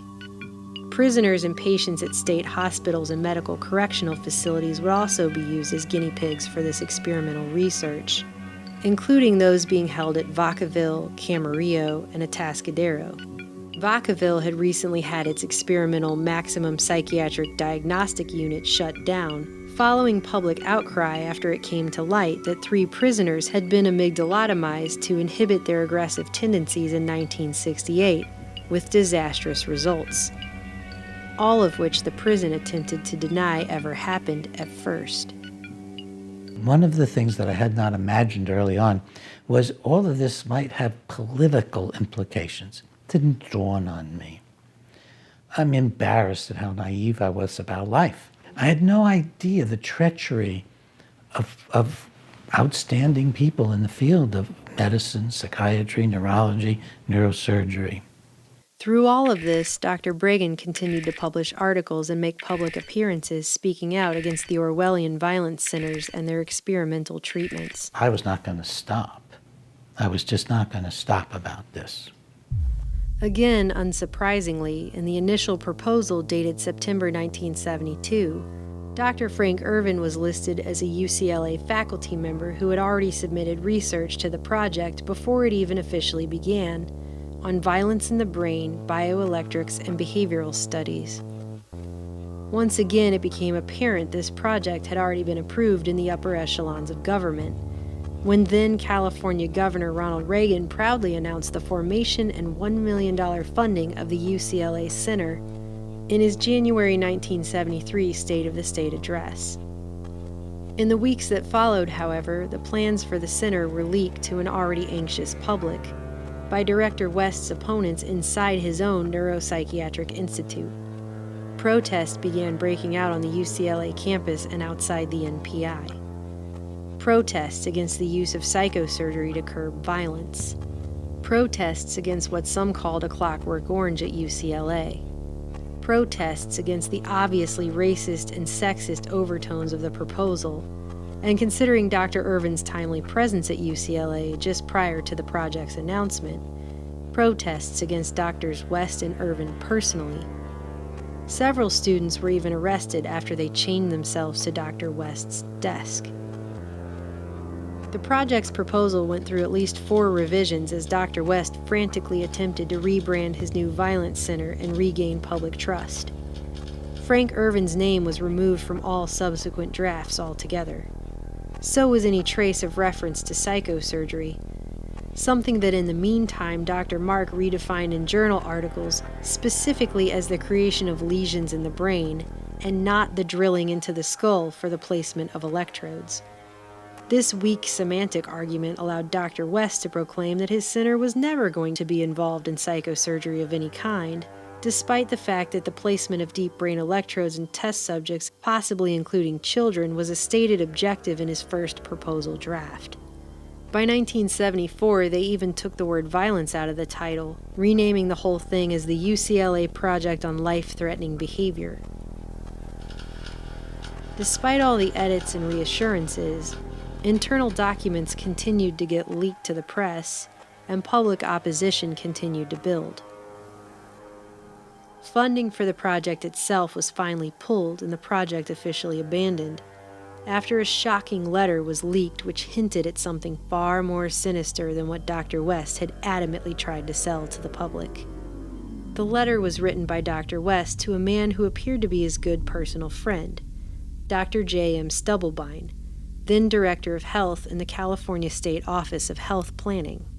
It read, "Dear Stubb, I am in possession of confidential information to the effect that the Army is prepared to turn over Nike missile bases to state and local agencies for non-military purposes. They may look with special favor on health-related applications. Such a Nike missile base is located in the Santa Monica Mountains within a half-hour's drive of the Neuropsychiatric Institute. It is accessible but relatively remote. The site is securely fenced and includes various buildings and improvements making it suitable for prompt occupancy. If this site were made available to the Neuropsychiatric Institute as a research facility, perhaps initially as an adjunct to the new Center for Prevention of Violence, we could put it to very good use. Comparative studies could be carried out there in an isolated but convenient location of experimental or model programs for the alteration of undesirable behavior. Such programs might include control of drug or alcohol abuse, modification of chronic antisocial or impulsive aggressiveness, etc. My understanding is that a direct request by the governor or another appropriate officer of the state to the Secretary of Defense, or of course the President, would be most likely to produce prompt results. Needless to say, I stand available to participate in any way that might be helpful. Louis Jolyon West, M.D., Medical Director. And there it was, in black and white. Dr. West planned to use his confidential political back channels to acquire a newly decommissioned Nike missile base, complete with underground facilities and nestled high in a remote area of the Santa Monica Mountains, and turn it into a research facility to perform his experiments, altering people's behavior in a place he personally described as securely fenced and isolated. And that was the last straw. Public outcry drowned out Dr. West's best attempts at downplaying his center's true goals. The project was, at least officially, shut down.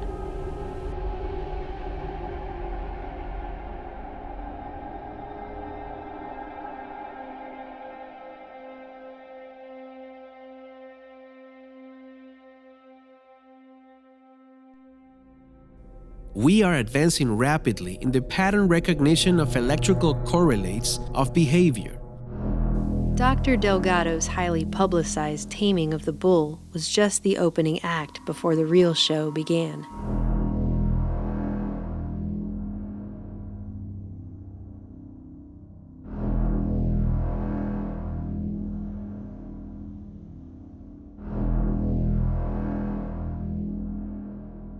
Automatic learning is possible by feeding signals directly into specific neuronal structures without conscious participation.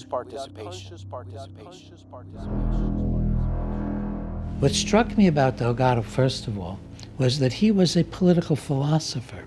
He wasn't just a psychosurgeon that put electrodes in the brains of people and bulls. And he was a political philosopher who saw the fundamental principles of America, the Declaration of Independence in particular, as being scientifically incorrect based on the neuroscience of the 1960s. That humans aren't individuals. They're under the influence of all kinds of forces. That means they're not individuals. They may feel self-important, but they're not important. And they may think they had rights as individuals, but the society had rights, not the individual. His view was 100% consistent with society versus the individual, doing anything to the individual in the name of the social good. Humanity behaves in general no more intelligently than animals would under the same circumstances. And this alarming reality is due largely to spiritual pride. Violence is a product of culture and environment, and is an extreme form of aggression. Man may react to unpleasant and painful stimuli with violence. A major role of education is to build internal controls in human beings so that they can withstand external pressures and maintain internal equilibrium.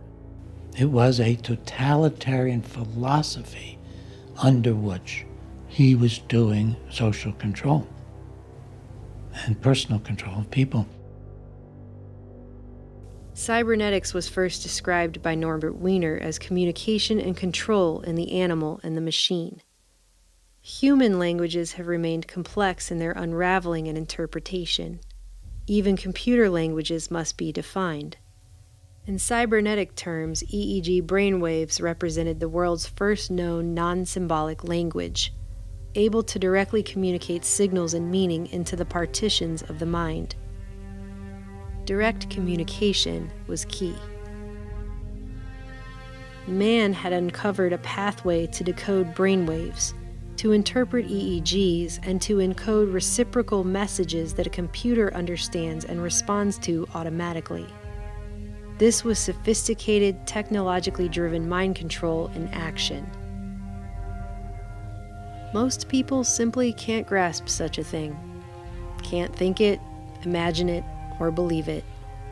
An emotional plea is deaf to the drone of society, and each person learns to live according to its rhythms. Saul Sells' work on MKUltra Subproject 119, proposed and put into action in 1959, sought to activate the human organism by remote electronic means using bioelectric sensors, a lead with 24 channels of brainwave data, recording and data processing devices, and what Sells called an autocorrelator, the very machine the MIT and MGH teams developed to analyze and interpret EEGs. While the first autocorrelator of 1955 took 20 minutes to analyze Norbert Wiener's brain, subsequent versions of the device could surely approach real time, and with infinitely more channels of data. By the 1960s, Dr. Delgado demonstrated that his devices could automatically monitor, correct, and recondition the very mental capacities of his experimental subjects. And that is an idea unlikely to be forgotten.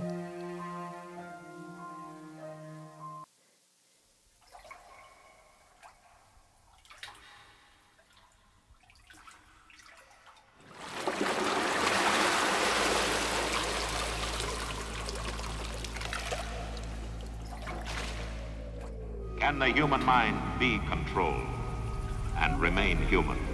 Many of today's developments were predicted 35 years ago in what was then called a fantasy. Its title, Brave New. Is the mind merely a function of the brain? Or is it a separate but closely related element? In the past 50 years, we have come to recognize that in the brain there is an amazing automatic sensory and motor computer that utilizes the conditioned reflexes. And there is a highest brain mechanism that is closely related to what men have long referred to as consciousness, or the mind, or spirit. But the mind, I surmise, can give direction only through the mind's brain mechanism. It is all very much like programming a private computer. The program comes to an electrical computer from without. The same is true of each biological computer. Purpose comes to it from outside its own mechanism. This suggests that the mind has energy.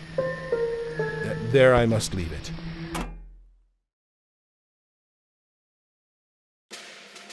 The 1967 Webster's Dictionary defines cybernetics as the comparative study of the automatic control systems formed by the nervous system and brain, and by mechanical electrical communication systems.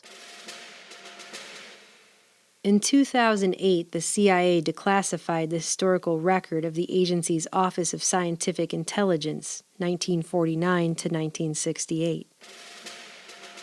In it, there are a few mentions of cybernetics, including a classified research program and a biocybernetics working group, the responsibility for which fell under a CIA medical subcommittee. References were also made to Soviet cybernetics programs, East-West technology exchanges, and something called World Cybernetics, even though this document wasn't declassified until 2008. All of the pages describing the CIA's cybernetics program are still redacted to this day. I have puzzled over human evil for a long time.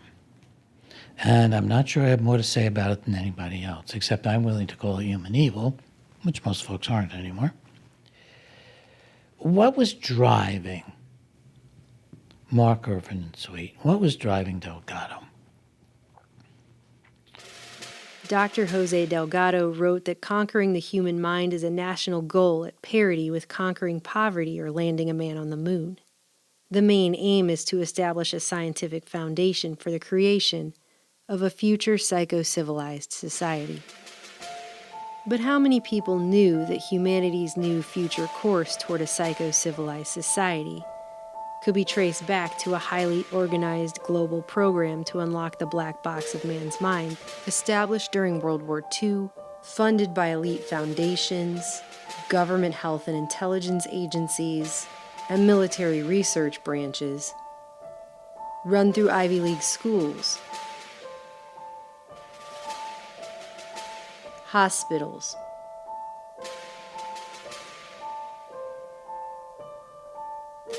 mental health facilities,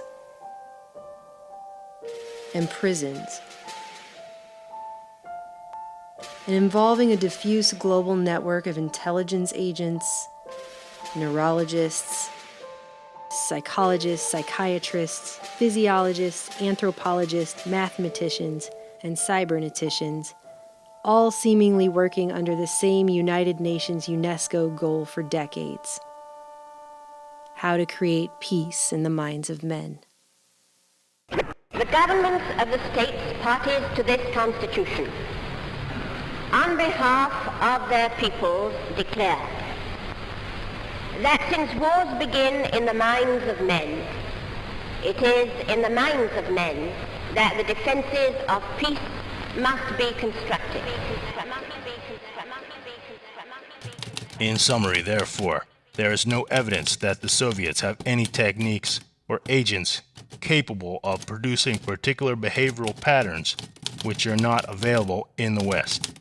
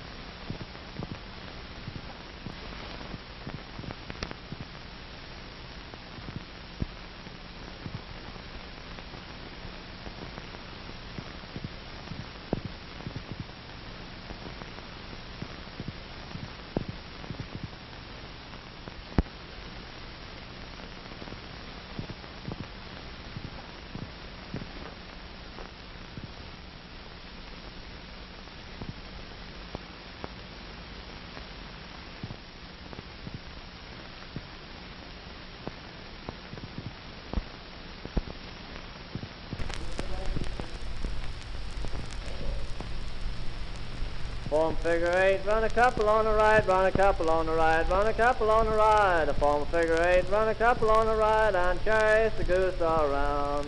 Round and around and round and round, round and round and round and round, round and round and round and round, chase the goose around. Form figure 8, run a couple on the right, run a couple on the right, run a couple on the right. Form figure 8, run a couple on the right, and chase the goose around. Round and round and round and round, round and round and round and round, round and round and round and round, chase the goose around.